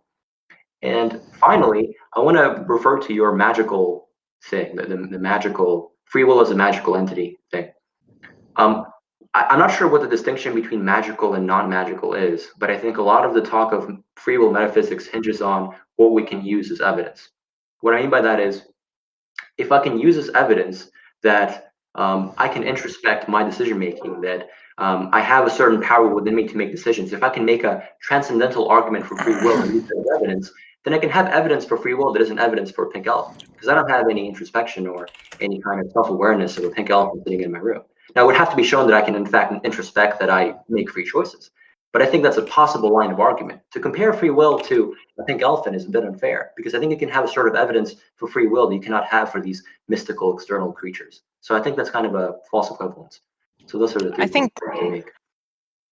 I think if you're looking for evidence of a magical soul, I think you misunderstand the basis of a soul. Like you misunderstand what a soul is. You have to actually see your soul to know that it's there.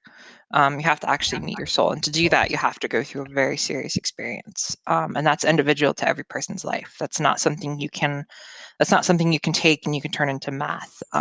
It's something much beyond that. I think Shogun's argument still applies to that, in which you cannot prove that thesis you're using cannot be used in the same way to say that there's an invisible pink elephant in your room. Well, I don't need to prove that there's a physical pink elephant in my room, but Right. I need to prove basically that I, as a being, am more than just flesh and bone. I'm more than just, you know. And the thing is, the person you need to prove that to is yourself.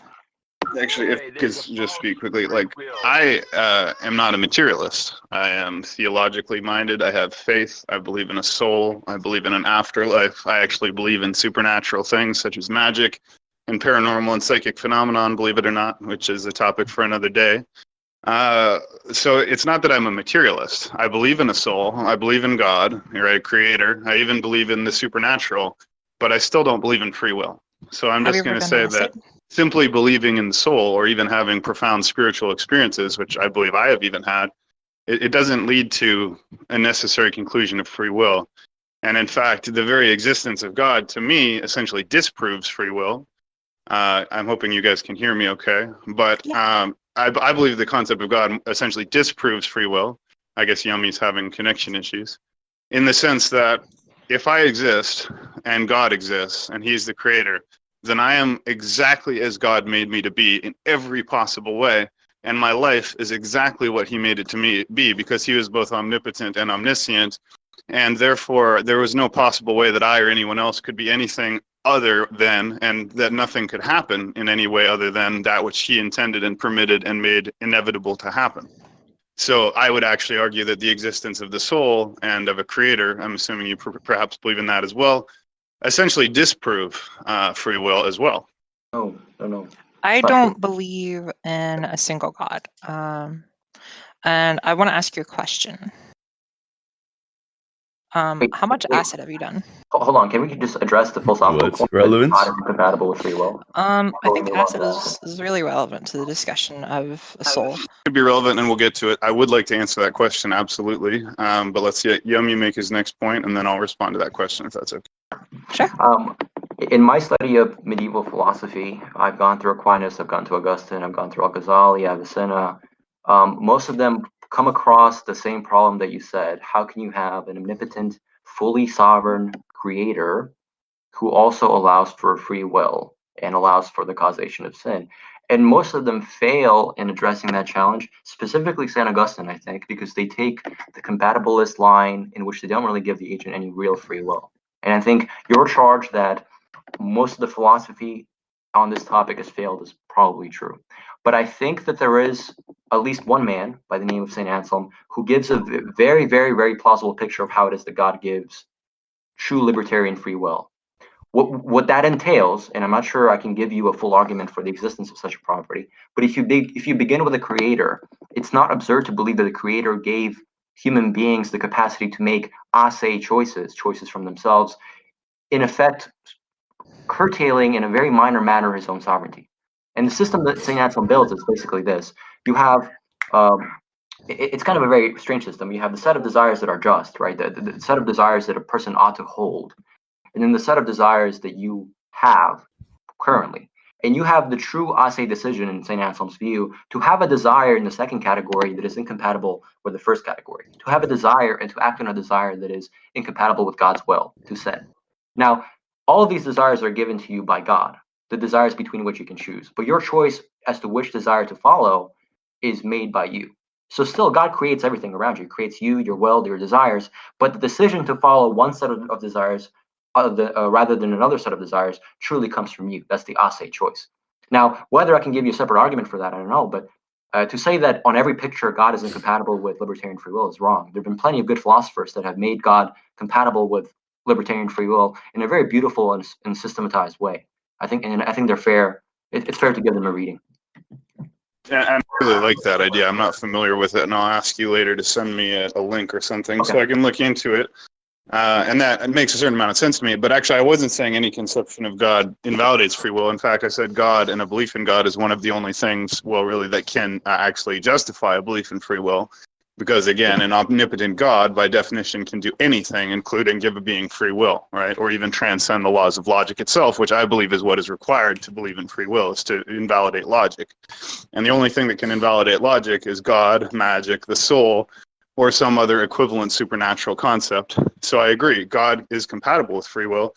either in the sense you described, which is just an interesting way to look at it, or in the basic sense, if God says you have free will, boom, you do, no questions asked, I'm God, what are you going to do about it, right? Either one works just as well. But the problem, as I said before, is once you posit a supernatural character to justify the existence of something, then you can justify the existence of anything else, even the direct opposite, with the same way. So it no longer has any actual explanatory or reasonable quality to it. It's still logically consistent, but it's not in a discursive manner. It's not in any way convincing, because you're not going to believe me if I say I'm, the reincarnation of, I'm not going to say that, the reincarnation of, Alexander the Great, just because I say there's a God who made it so, right? I might believe But you. technically that's not impossible at all. It could be God that did that. But now I want to go, and then I want to point out this, because this follows from what you said. I think it's really important. There's another theological problem, not the problem of free will, but the problem of evil, human evil, being that if God is good, why is there sin? Why is there evil? And ironically, the way that Christians and other theologians resolve this in their own minds is by positing free will so that we can blame ourselves instead of blaming God. But again, they're using free will to solve a theological problem. And then on the flip side, you're using God to justify free will as well. So it becomes kind of circular in my mind. Free will God And circle, it's yeah. kind of reverse engineered to solve problems that start with our starting position, right? But now I really want to quickly answer, I believe it must have been Bayonet who was asking about this. I have never done LSD. I have taken psilocybin mushrooms legally, of course. Magic mushrooms many, many times. I've also taken ayahuasca legally, DMT legally, etc. in Minecraft. So yeah, I've taken a lot of psychedelics, and I don't believe in free will. I'm also a lucid dreamer. I mean, I did alchemy, Kabbalah, yoga, meditation, mantras. I mean, all the stuff you can think of in the spiritual realm, and yet don't believe in free will because it's just not logically consistent with anything. It just doesn't make any sense. Shogun, can I address your point about? Can I respond to your exception? early point? That'd be okay. The thing about free will is if we have a government that's trying to stop us knowing about aliens and the technology, this world is full of secrets, right? That no one, y'all don't know about it. So the absence of free will on this minus civilization plane is there's no free will unless, like me, I do have free will because I know there's a false free will. Now there's a true free will that I know of because I know the world has been lied to. Until you know the world's been lied to for a religion and all that stuff, you don't have free will yet. Okay? I really have free will because I know. Okay, I'd like to take your point and again sort of translate for you, but again, you're correct, right? Because your scope of agency is also limited by your scope of knowledge, but you don't choose your scope of knowledge, so again, your agency is not free. Again, I agree with Holy Sepulchre on every point he's made. His method of delivery is eccentric, of course, but I think I've been seeing eye to eye on him on all his points. But I'm not sure who wants to respond next, so let's give it to Yummy, and then whoever's next, if anyone wanted to respond to anything. Sure, I'd like to talk after. Yeah, so I think that the point you raised about free will being possibly a magical thing, it's a well taken point, but I think if you look at a lot of the modern literature on libertarianism, it's not true. And what I mean by that is that I'll reference one philosopher specifically. This is my favorite philosopher who writes on this. His name is William Hasker. He sets out in a goal to establish a free will metaphysic, establish the self that causes without being caused, without any sort of magic, without any sort of exotic thing like God or like a soul. He posits that there's real emergent properties around us. There are real non-reducible entities around us, which basically means that there's stuff, there's properties, there's entities which cannot be solely explained by the physical structure that they consist of. And he says he kind of gives a very lengthy argument for emergent properties, among which he thinks is consciousness itself. Maybe colors. He also gives an example of magnetic fields. I'm not going to go into the specifics because I have to reread his book. But he says that if we posit that there are such things as emergent properties, and most philosophers today do, maybe the idea of emergent substances isn't as crazy. Maybe the idea of an emergent substance that is dependent on the physical structure of the brain isn't as crazy as some people would think. And so that would function in this way. You have a physical structure which is the brain, and then you have a law or a nomological property or a metaphysical law even that says that when you have a physical structure such as this, an emergent self, that's what he refers to as, emerges, which has novel causal powers, which makes it an emergent substance and not an emergent property. And that causal power is the ase decision from oneself thing that we've been talking about for a while now. And I don't know how plausible the examples are of like magnetic fields. I think that may be the most scientifically complicated example. I understand it the least. But I know that I already accept emergent properties, and I know that emergent substances are not as exotic as many people make them out to be. I think that there's a real bridge to be built there from emergent properties to substances, and then from novel causal powers given a certain type of law or a metaphysical property. And I don't think this stuff. I agree with that 100%. I don't think that stuff. I don't think this stuff is very crazy, as people make it out to be. Yeah, I agree with that 100%. So I think Bayonet wanted to make a point, and then I'd like to go back to respond to Yummy again. It's actually happy. Oh, I can. My things aren't lighting up, and I only saw one explicitly female name, or at least I interpret Bayonet as female, but actually that's silly because that's a weapon that goes on the end of a rifle, but there's a female character, so I just assumed. Yeah. So I think what he's saying, I've never read that person, but what he's saying makes a lot of sense, because what I've seen with my experiences, especially doing LSD, there is absolutely zero way that my brain as it functions, like without some sort of divine baseline, there's no way my brain can do what it did. I was awake for like 48 hours straight, and I couldn't sleep because I would get these just beautiful, amazing visions that were completely original. Okay, Happy, and everybody, please keep your mic closed. Oh no, that's you, Happy. But everybody, please keep your mic closed when you're not talking, because sometimes there's echo. Sorry, go ahead. So it's like the stuff that my mind was doing, and the stuff that my mind was showing me, and the truths that it was revealing to me were just beyond any capacity for normal understanding that I have. And it was crazy, to say the least. But like, I don't think you can say that there isn't this immutable property in the universe, that there isn't this through line of this, what he was saying, basically, what the guy before me was saying. Okay. Sorry, were you finished? Yes. Okay. So again, I've taken psychedelics. I've had religious experiences, the whole 9 yards, paranormal experiences. So I believe there's, mystic quality to everything, and that everything's I believe in the sacred and the divine.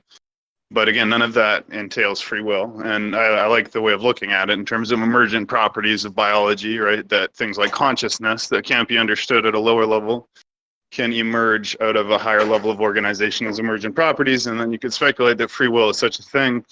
But again, I'm not sure if anyone responded to my previous point, which for me is the kill shot, right? The absolute kill shot.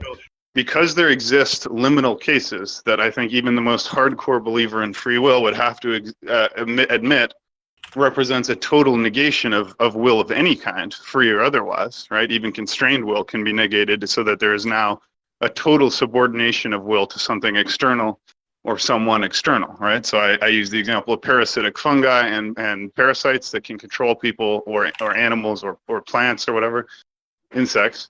I use the example of hardcore government-funded mind control brainwashing experiments, and the example of drugs, such as mind-controlling drugs like, truth serum, scopolamine, and other drugs that can compel behavior, right, or restrain will. So it's really unclear to me how one could say that free will exists, and yet there are things that neutralize it. Because if there are things that neutralize it, it doesn't actually exist as free will, because it is then conditional on not being exposed to the things which neutralize it.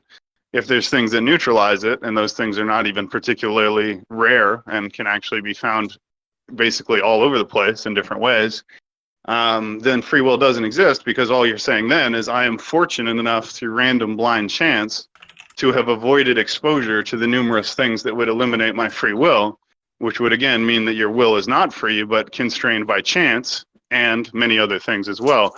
So it just doesn't make sense that free will can exist but be taken away, and yet there's an endless number of things that can take it away, which makes it obvious that it can't be called free.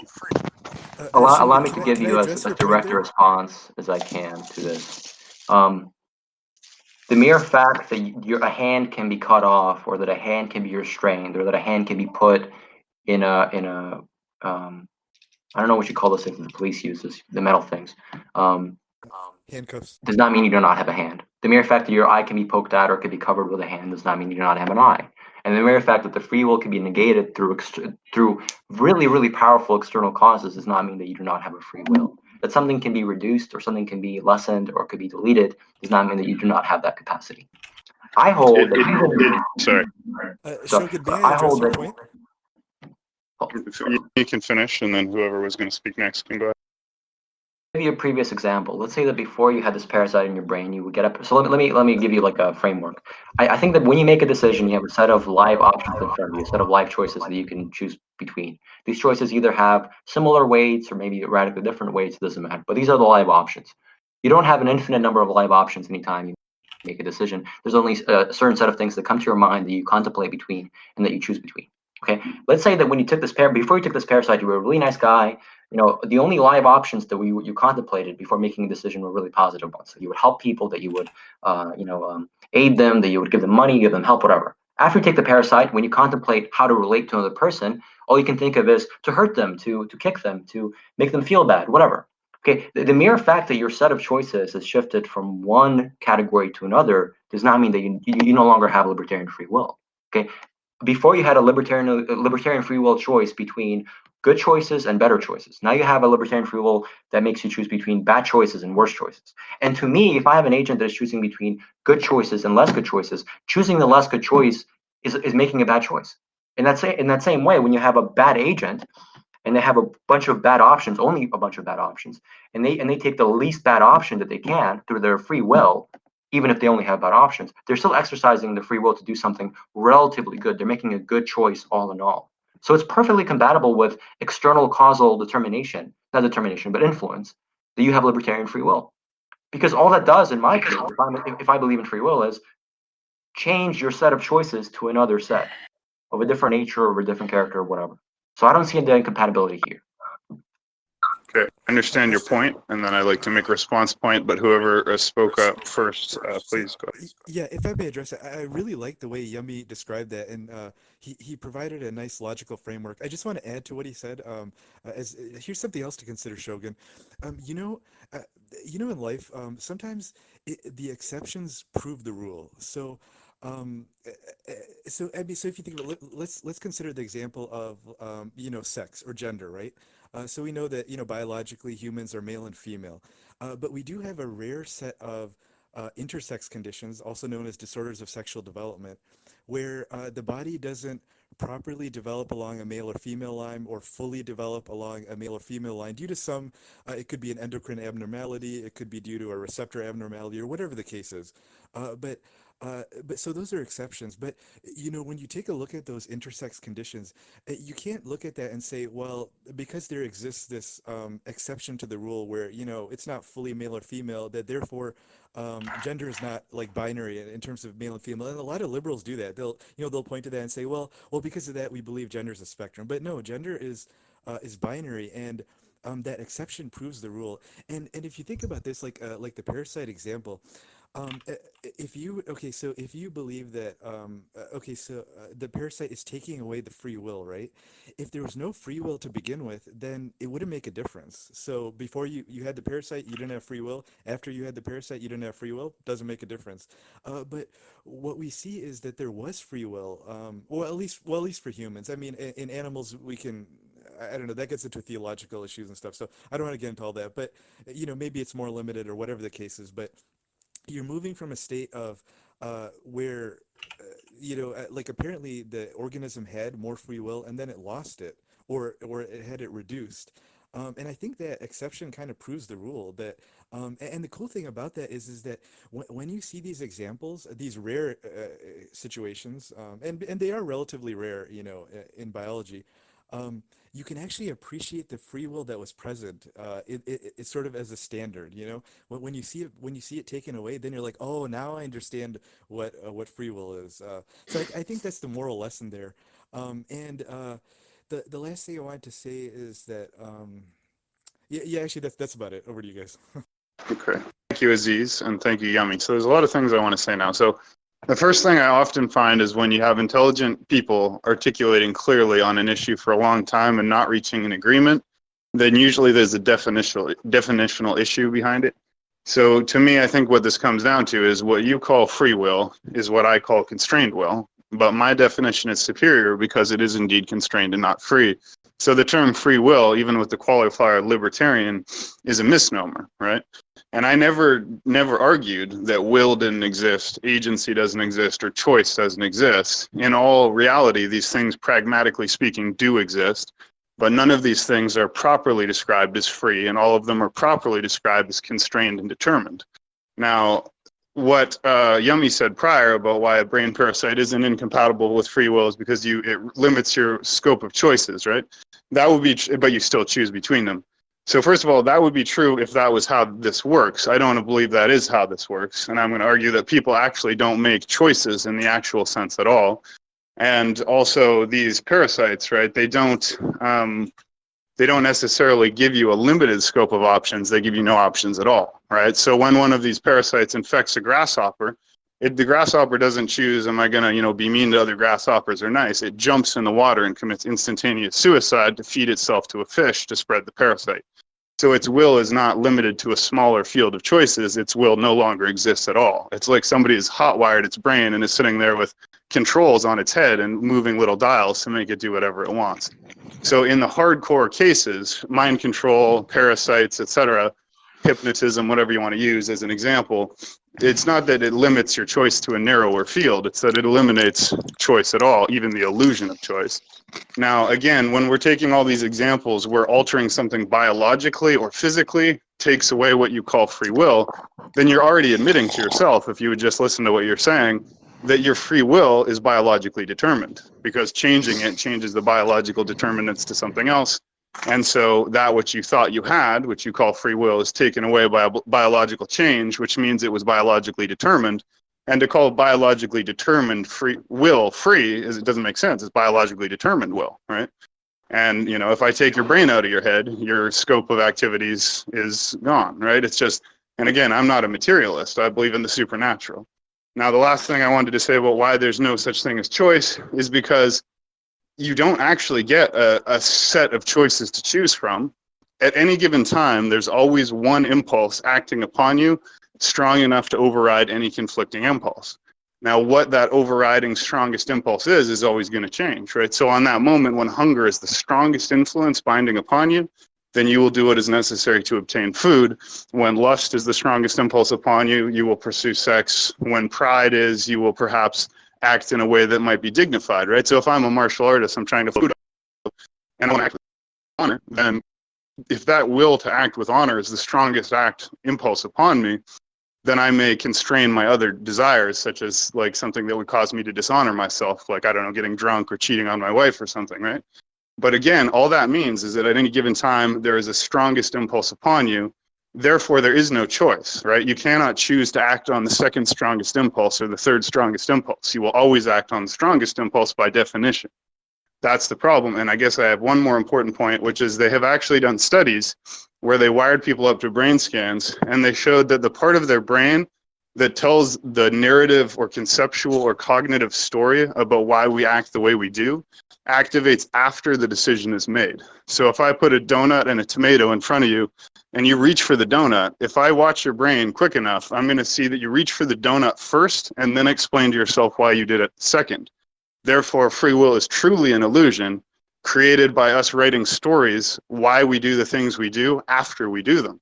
So it's the causal chain is reversed. Our choice comes after our decision because it's actually not a choice. It's just a story we tell ourselves. So I think there's several different points that need to be addressed here. Number one, the mere fact that the choices between you are choosing are determined does not mean that the choice between those choices itself, the decision between those choices, is determined. Point two, it is sufficient for my definition of libertarian free will that you make at least one morally relevant choice between a certain set of choices, regardless of what those set of choices are. I'm not sure what constrained free will is and not constrained free will is, but I know that external causes can affect your set of choices between which you're choosing, and you may still have free will. But if, as you described, there is some external cause which is such that it only gives you one choice, then at that point you no longer have libertarian free will. You have lost the capacity for libertarian free will. But once again, the mere fact that you can make some person lose libertarian free will using harsh external causes does not mean that they do not have libertarian free will throughout the rest of their life. In the same way that the mere fact that you can cut off your hand doesn't mean that you don't have your hand right now. The third point that you're making, which is the empirical point, I've read those studies where you have a latency period or like if I'm understanding correctly, the idea is that the brain stimuli reacts or occurs before or earlier than the actual decision is made. I think what a lot of these empirical studies do not take into account is the fact that there's also latency or a kind of a stalling period between the assay choice, the inner assay choice, and the actual physical manifestation of that choice. So the mere fact that there's two physical reactions and one precedes the other has no bearing on the metaphysical entity of assay choice making. For all we know, that may come way earlier than either of the two. So I think these empirical studies serve a very restrained purpose. So all in all, once again, to rephrase what my view is that to be free in the libertarian sense, you have to make at least one morally relevant choice between a set of morally distinct choices. That could be only two. That could be two bad ones, that could be two good ones, two neutral ones, does not matter. Free will does not require some set of choices. It does not require those choices to always be the same. It does not require that you always have free will. It just exists, it can go away, it could be altered, but it's still libertarian free will. Hey, let's let Calamity go first, Holy Sepulchre, and then you can speak. Do you believe that we are and every action we make is a subsequent byproduct of the initial condition of the conception of the universe, whether that be by God or arbitrary? Well, once again, if I was a determinist of some sort, I would believe that, right? I would believe that we are the product of some long chain of causality. There's never any underdetermination at any point in time. That's the metaphysical view that I've been leaning to as of late. I'm merely giving the necessary and sufficient conditions for libertarianism and then saying what the required metaphysical and kind of a natural law view has to be to allow for that. So if you're a libertarian about free will and the universe is literally a long chain of causes that each determine the one after it, then no, you cannot be a libertarian about free will. You have to be some sort of compatibilist, but we talked about that before. So, I mean, I don't know what my views on that. I can't tell you with certainty because my views change as I read, but I know that that's incompatible with libertarian free will, classically defined. So the only thing that makes sense to me at this point is that when you say libertarian free will, you're really more or less referring to a practical or phenomenal or pragmatic or political or social level of description.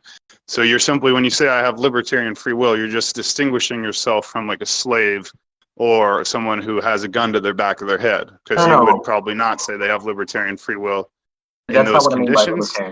I guess is that correct?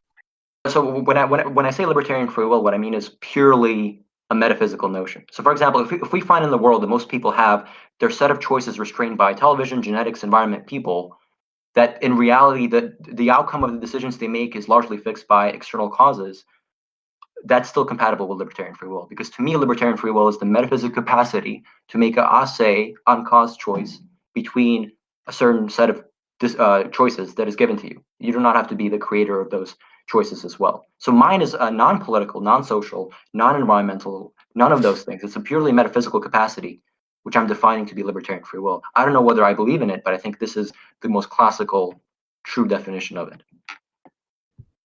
Well, it seems like it's a new kind of thing. Do you know it's been around for a while. Free will is?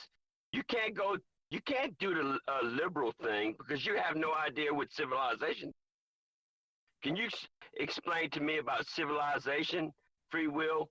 Because, you know, before you know, you got to take one step first before you go to the next step. You can't cancel out, you know, the truth about civilization, period. Okay, I think we're going to redirect here because I don't think we have time to get into something as big as like civilization right now necessarily. But I can give a basic certain what context you're using that in, but so I think at this point we've been going like a really long time, and this has been a really good and interesting and productive discussion of free will. we're not running out of time. I want to see, does anyone else feel that they have something really important they want to say on this topic? I do. Yeah, I'd like to say something before I go. I like to go after them. Sounds good. Yeah, I'll go ahead and go first. This whole time, I've heard Shogun make his arguments about free will, and I didn't understand his argument. And today I understand it a little better because he talked about the different kinds of will, and I believe in free will, but I guess there are other wills, right? There's perfect free will, and then Shogun said something earlier, some other kind of free will. Would you say, Shogun, constrained free will? Well, I just say I think free will is an obvious misnomer, and I think the only reason people hold to it is sort of a religious or emotional kind of connection to it.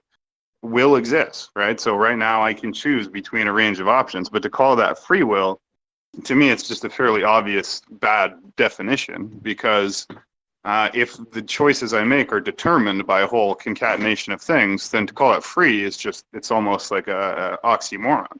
Do I have will? Yes. Is it free? No. Do I believe in free will? No. Do I believe in will? Yes. Like, it's really that simple. So you said you're a lucid dreamer. When I lucid dream, I can create my own landscapes, I can fly, there's nothing I can't do.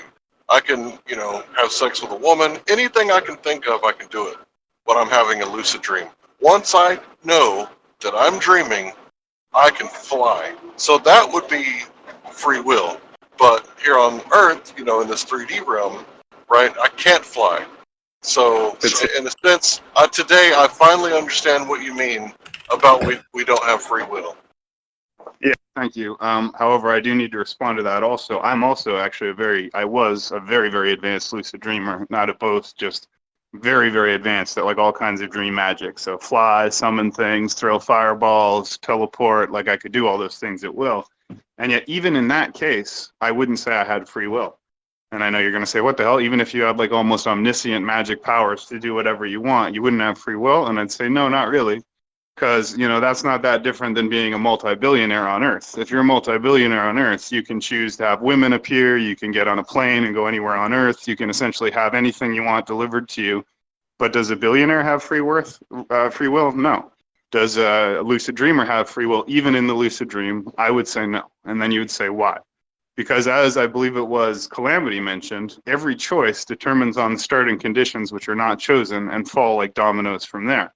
So again, if like I would have, the only way I can have free will is if there was a character selection screen before I was born, and as a soul I consciously chose to incarnate in the form in which I currently occupy, mentally, spiritually, physically, emotionally, genetically, socially, etc.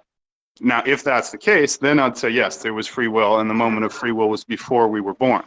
But Even again, that is that's not a free reference to a supernatural claim that can neither be confirmed nor denied, and therefore could be used for all kinds of other things, right? I could come up with all kinds of scenarios, and it's a nice scenario, and it might even be true, and part of me believes it is true.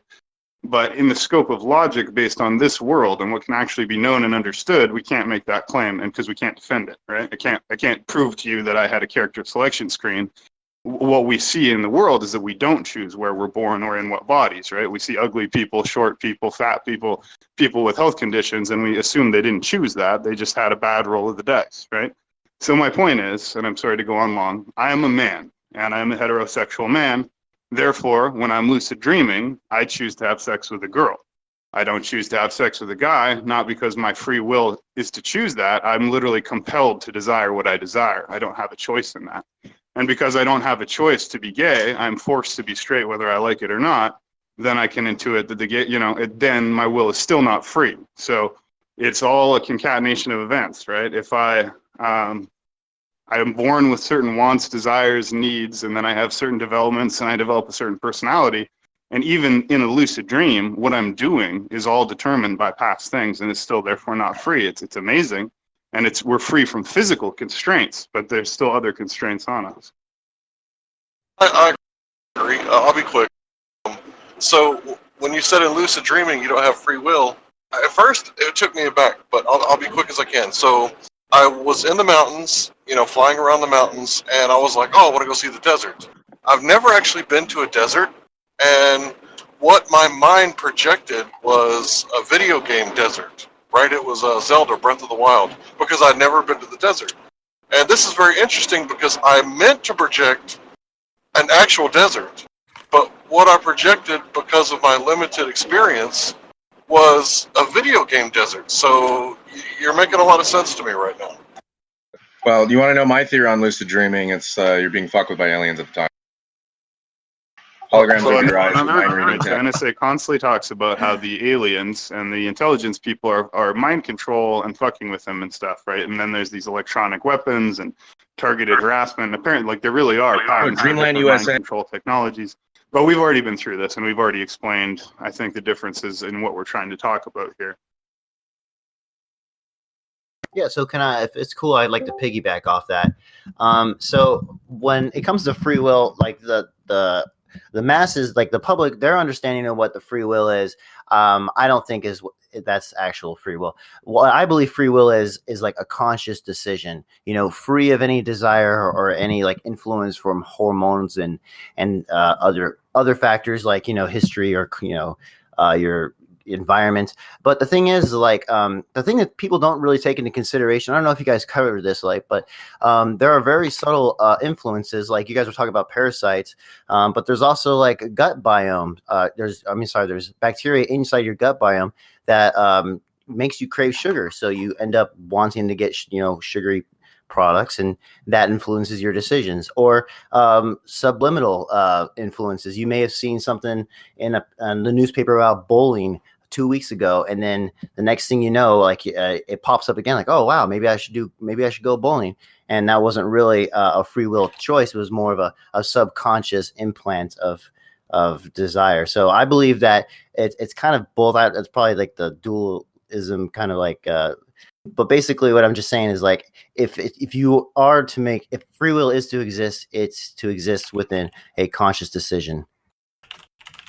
Yeah, and everybody argues that conscious decisions exist, but if we had a deep enough understanding, we'd see that the conscious decision is just a phenomenon of our consciousness. See, our whole body, like I'm glad you brought up the gut biome. I meant to do that before, and it's another example very similar to the toxoplasmosis parasite example. You are not actually an individual. Every human is a community and a colony of trillions of different living things, including a vast number of them that are not even human. You actually have more non-human cells in your body than human cells, is my understanding, because of the sheer weight of parasites and different kinds of gut bacteria, et cetera, that live in us that are not actually human, but exist symbiotically or parasitically in us. And so what we experience as a unitary self with a name and a personality and free will is actually a phenomenon created by the emergent phenomenon, as Yemi said, the interaction of trillions of different individual living things, many of which are not human, like my toxoplasma, like your whatever celiac fucking thing in your stomach. I can't remember the name right now. CTE moment. Crohn. Celiac's a gluten. I'm sorry. What again? Celiac's gluten. Are you thinking Crohn? No. There's a bacteria. He just mentioned it. It's the thing that craves sugar that lives in your stomach. It's like a kind of yeast. God. Yeah, I can't remember it. But it was like anyway, I can't remember. But the point is, when you say I have free will, I get to choose between a few choices, then it's free will. So again, I put a table in front of you. I put a donut, a steak, piece of cheese, a bowl of yogurt, and whatever, a fruit, right? And then you can say, oh, perfect. I have free will. Nobody's put a gun to my head. I've got 5 different choices, and I get to choose. I have free will. I just think that's downright silly, because actually what is experiencing here is a huge concatenation of internal and external pressures, all just reaching one particular point, which will compel you actually to choose one or the other. And there's no possible way that it makes sense to me that you choose what you want, right? What you want is a result of all these things that are essentially acting upon you internally and externally. And the moment of choice, what you call choice, is just your conscious experience of the sum total of your body and internal and external things leading to an outcome. That's all choice is. It's your experience of an outcome occurring. But it's not in any sense choice. So again, to give it the hard edge here, right? This toxoplasma stuff that I have, in order to serve its own needs, when it needs a certain kind of nutrient, it literally has a biological pathway to order in. They use the term ordering in. So it can literally send a message to my brain saying, you now desire cheese. Go eat some cheese. And I'll get up and I'll go eat some cheese. And I'll say, I just chose to eat cheese. because indeed I desired cheese and I had other food in my fridge, and the one I chose was cheese. So technically, or practically speaking, I chose the cheese. But I think we can all understand that that's not free will. That was a mind-controlling parasite telling me what the fuck to eat. So let me address that very briefly. If it is in fact the case that when you have 5 options before you, which option you will choose is fixed by external influences, past events, physical causes, then you do not have libertarian free will. But to make a counterfactual claim, if in that same scenario it is logically possible, physically possible for you to make a different choice, then you are libertarianly free. And nothing you've said so far, that there are these genetic influences, that there are these physical influences, environmental influences, the parasite, unless the parasite erases all their choices, none of this is incompatible with libertarian free will. Because it is, you could say this, you could say, well, all this stuff is such that in its culmination, it forces us to pick one choice. Okay, then libertarian free will does not exist. But that's an empirical question. I'm merely giving you the necessary and sufficient conditions for libertarian free will. I'm saying it could be taken away. I'm saying that the choices between which it occurs can be changed, but that still remains libertarian free will. Insofar as you can, in a physically and a metaphysically identical world, make a different choice. Insofar as your decision is not fixed by previous causes, you have libertarian free will. And I don't see how anything you've said goes against that. That word doesn't exist, y'all. I mean, y'all. Can you let him finish, please? Yeah, were you finished? Take your time. That's just my response to Shogun. And I think the last thing I want to say is that you can bring in a whole array of empirical considerations that, so like you can say this, people of this sort tend to do this and people of that sort tend to do that, right? And you can kind of show that there's a correlation between certain physical occurrences or certain physical causes and certain decisions. Once again, it may be the case that you have these physical and environmental aspects that assign different value to the choices that are given to you. So let's say like an agent has 10 choices, and because of their past and because of their environment, one of these choices has a much greater weight than the other choices. It's not the case that they still have to choose the option with the most weight, but the assay choice is most likely to lean in that direction. Well, still, you still have libertarian choice because it's possible at that time, logically possible and physically possible, for you to make another decision, even if there's a greater weight assigned to one of the choices because of external causes. So I think you're making an empirical claim, and then you're transcribing that into a philosophical claim that is a little bit uncharitable, because it's an empirical question whether everything around us compels us to do one thing and not another. That's a very much an empirical question that I don't know anything about. But I think I'm giving you a very reasonable definition of libertarian free will. And if your view is that everything is determined in the way that you say it is, if you think that we're all just hooked onto parasites that force us to do one thing, then no, we do not have libertarian free will. I'm willing to grant you that. But then we don't have any. The only thing okay. So I just want to say first of all that I'm not trying to really argue against you here. So I hope you're not interpreting this as like you and I in a debate, because we're all discussing free will, and I'm just explaining my case on it. But yeah, I think you've done a fantastic job of articulating your beliefs, and you've made very compelling and interesting points and very good logical sound points the whole time. The only thing I'm saying is it appears to me that when we call something free will, we are making a definitional mistake. And when we say that libertarian free will exists, we're defining it into existence by simply defining it as something that exists, right? My point is that the choice and will that exist are not free, and the only reason libertarian free will exists is because it's defined in such a way as to allow it to exist. But the logical interpretation of free will is something different, which I would say doesn't exist. But I will say this, there is an unknown point. I think that's what you're saying. It's an empirical question, right? We don't know for certain that we have no free will.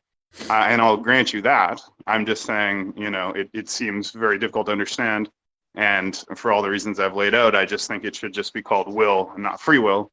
And then the last thing I'll say, if my cat digging in this isn't distracting me too much to remember, I had one last point I really wanted to make, but maybe someone else has one and I'll think about it. Just briefly, just add on one thing. I just want to say that when people do metaphysics of any sort, they get into the habit of providing conditions that are way too strong, I think. So if your requirement for libertarian free will to exist is that there be no physical influences on the set of choices between which you're picking, then libertarian free will becomes an unattainable concept. it becomes the case that any being which is a physical being will never be able to have any sort of libertarian free will, because no matter what our physical structures are, we will always be in some way limited or restrained by what our physical structures are, what our physical bodies are, how our brains work. But I think holding that in order to have libertarian free will, you must have no or absolutely minimal physical influence is unreasonable. I think you can have an agent which has a sizable amount of physical influence inflicted on them, but still have libertarian free will. Because libertarian free will, I think, is an internalist notion. Hold on. I think libertarian free will is very much an internalist option. It relies on you being presented with a set of choices. What those choices are and what their weights are may in fact be determined by the physical causes outside you, external to you. But insofar as your decision between those choices is not determined by the physical causes outside you, external to you, that includes your brain, that includes the parasite, that includes your body, you are free in a accessible, libertarian, reasonable way. Now, we can play around with definitions. It's funny because when we were talking about moral properties, you were willing to redefine moral properties into kind of a more allowing compatibilist form in order to have moral properties remain after like in a determinist universe. But here you're kind of less willing to budge on the free will point. I think that you shouldn't. I think that the most reasonable definition of free will, of course, I'm going to think this is my definition. It's one which relies on the internalist notion of picking between choices, not one which relies on identifying how those choices come about. I think that's the most reasonable definition. I don't know if that makes sense. I'm sorry. Yeah, it all makes good sense in different contexts. The one thing I really I think what it all boils down to is why is it necessary to call it free will and not will?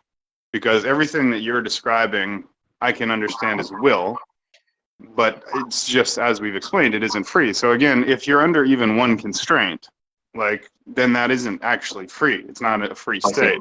So why is it necessary to use the term free, right? Because when we're describing something, we're using words, right? So will, or to put it more understandably, choice. Why do we have to call it free choice and not just choice? Because yes, you have a choice, apple or orange. There's the choice. But why do we call it free choice when we've already identified layer upon layer of ways in which it's constrained? What do we lose by calling it choice, and what do we gain by calling it free, other than, as far as I can tell, a degree of inaccuracy? I apologize because my taxonomy has been very much lacking. When I talk about libertarian free will, what I'm concerned with is moral responsibility. I'm not merely concerned with choice or with will itself. I'm concerned with whether when a person makes a decision, whether that's a moral decision, or whether that's a value decision, or whether that's a judgment decision, whether I can assign ultimate responsibility to the agent which makes that decision. It seems to me that if you have a system in which physical causes determine which choice you make, you cannot assign responsibility to the agent. So I call that non-free decision making, or maybe non-free will, if you would like to call it that. However, if you have an agent whose choices are maybe determined, their weights are determined, but their own decision between those choices is a se, from themselves, uncaused, underdetermined, and those are morally distinct choices, those are morally relevant choices that they're choosing between, then I can in fact assign moral responsibility to the agent. So this ties back to our definition of evil and good. You know, if you hold a more compatibilist definition of evil and good, which I think you do, you don't need to go for this picture. You don't need to care about libertarian free will.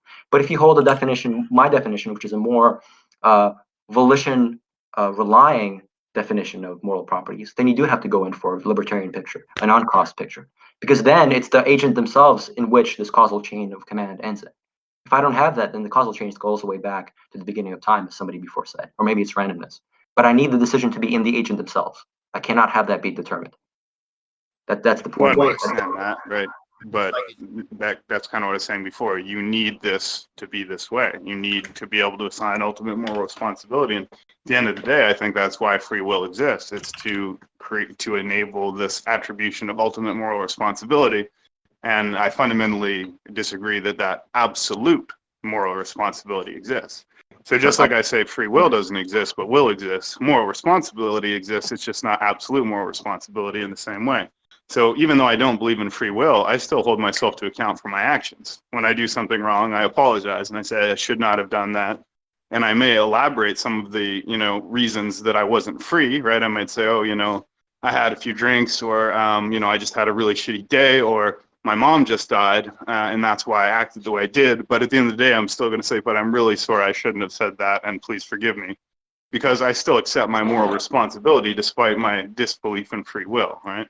So that's just one point. And the second point that was important for me to clarify is I understand why you would think I'm kind of a material determinist by what I'm saying about bacteria and parasites, but I'm not actually. I just believe that whatever forces act on us, I could also be called a social determinist, right?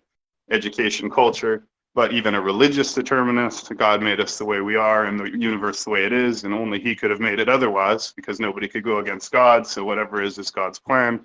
It's another kind of determinism. Even from a theological point of view, I believe, there could be such a thing as demons or Satan or a possession phenomenon, right? And so it could be that like an interdimensional supernatural being takes away your free will, or an alien, mind controls you with a laser beam from space. I mean, all of these things are possible in different contexts. So my only point is that I'm not arguing from a material determinist point of view. I'm just arguing that there are forces, both worldly and otherworldly, that constrain our choices. But at this point, I'm going to give Yummy, well, actually, I'm going to ask, is there one more person in the room who wants to make a statement? And then I'd like Yummy to feel free to make a closing statement, and then I think we should wrap this up because this has been really great podcast. I would, if that's okay. So I actually want to argue on part of Yummy because, well, first off, I think when you mix free will and morality, it's very subjective. So that's kind of a iffy area. However, but as far as making a free will decision, now we say that we are these trillions of cells. We are this microorganism, or this amalgamation of microorganisms that basically influence our decisions. Well, why can't that be part of our free will process? We are our bodies and they are part of us. So whatever they think is best for us, that's part of our will. Also, I think the problem that people have with where we get this problem with free will is that I guess the problem with the definition is that it means that they're free of external influences, and it's a personal choice. It's a consequence of individualism.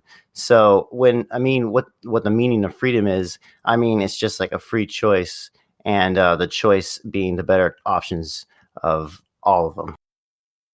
I don't know. Go ahead. I think I can answer your question this way.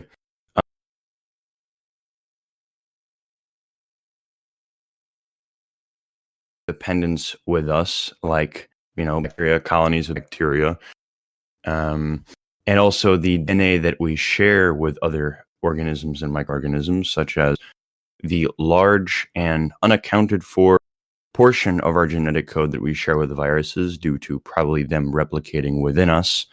Those are not, or could be argued as not our will, but their will. That is why free will might break down in the sense you are describing it.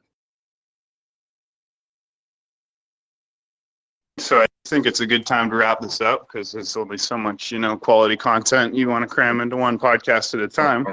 So I'm going to ask Yummy, well, first of all, I want to thank you very much for your time and being the guest today, as well as everybody else for attending.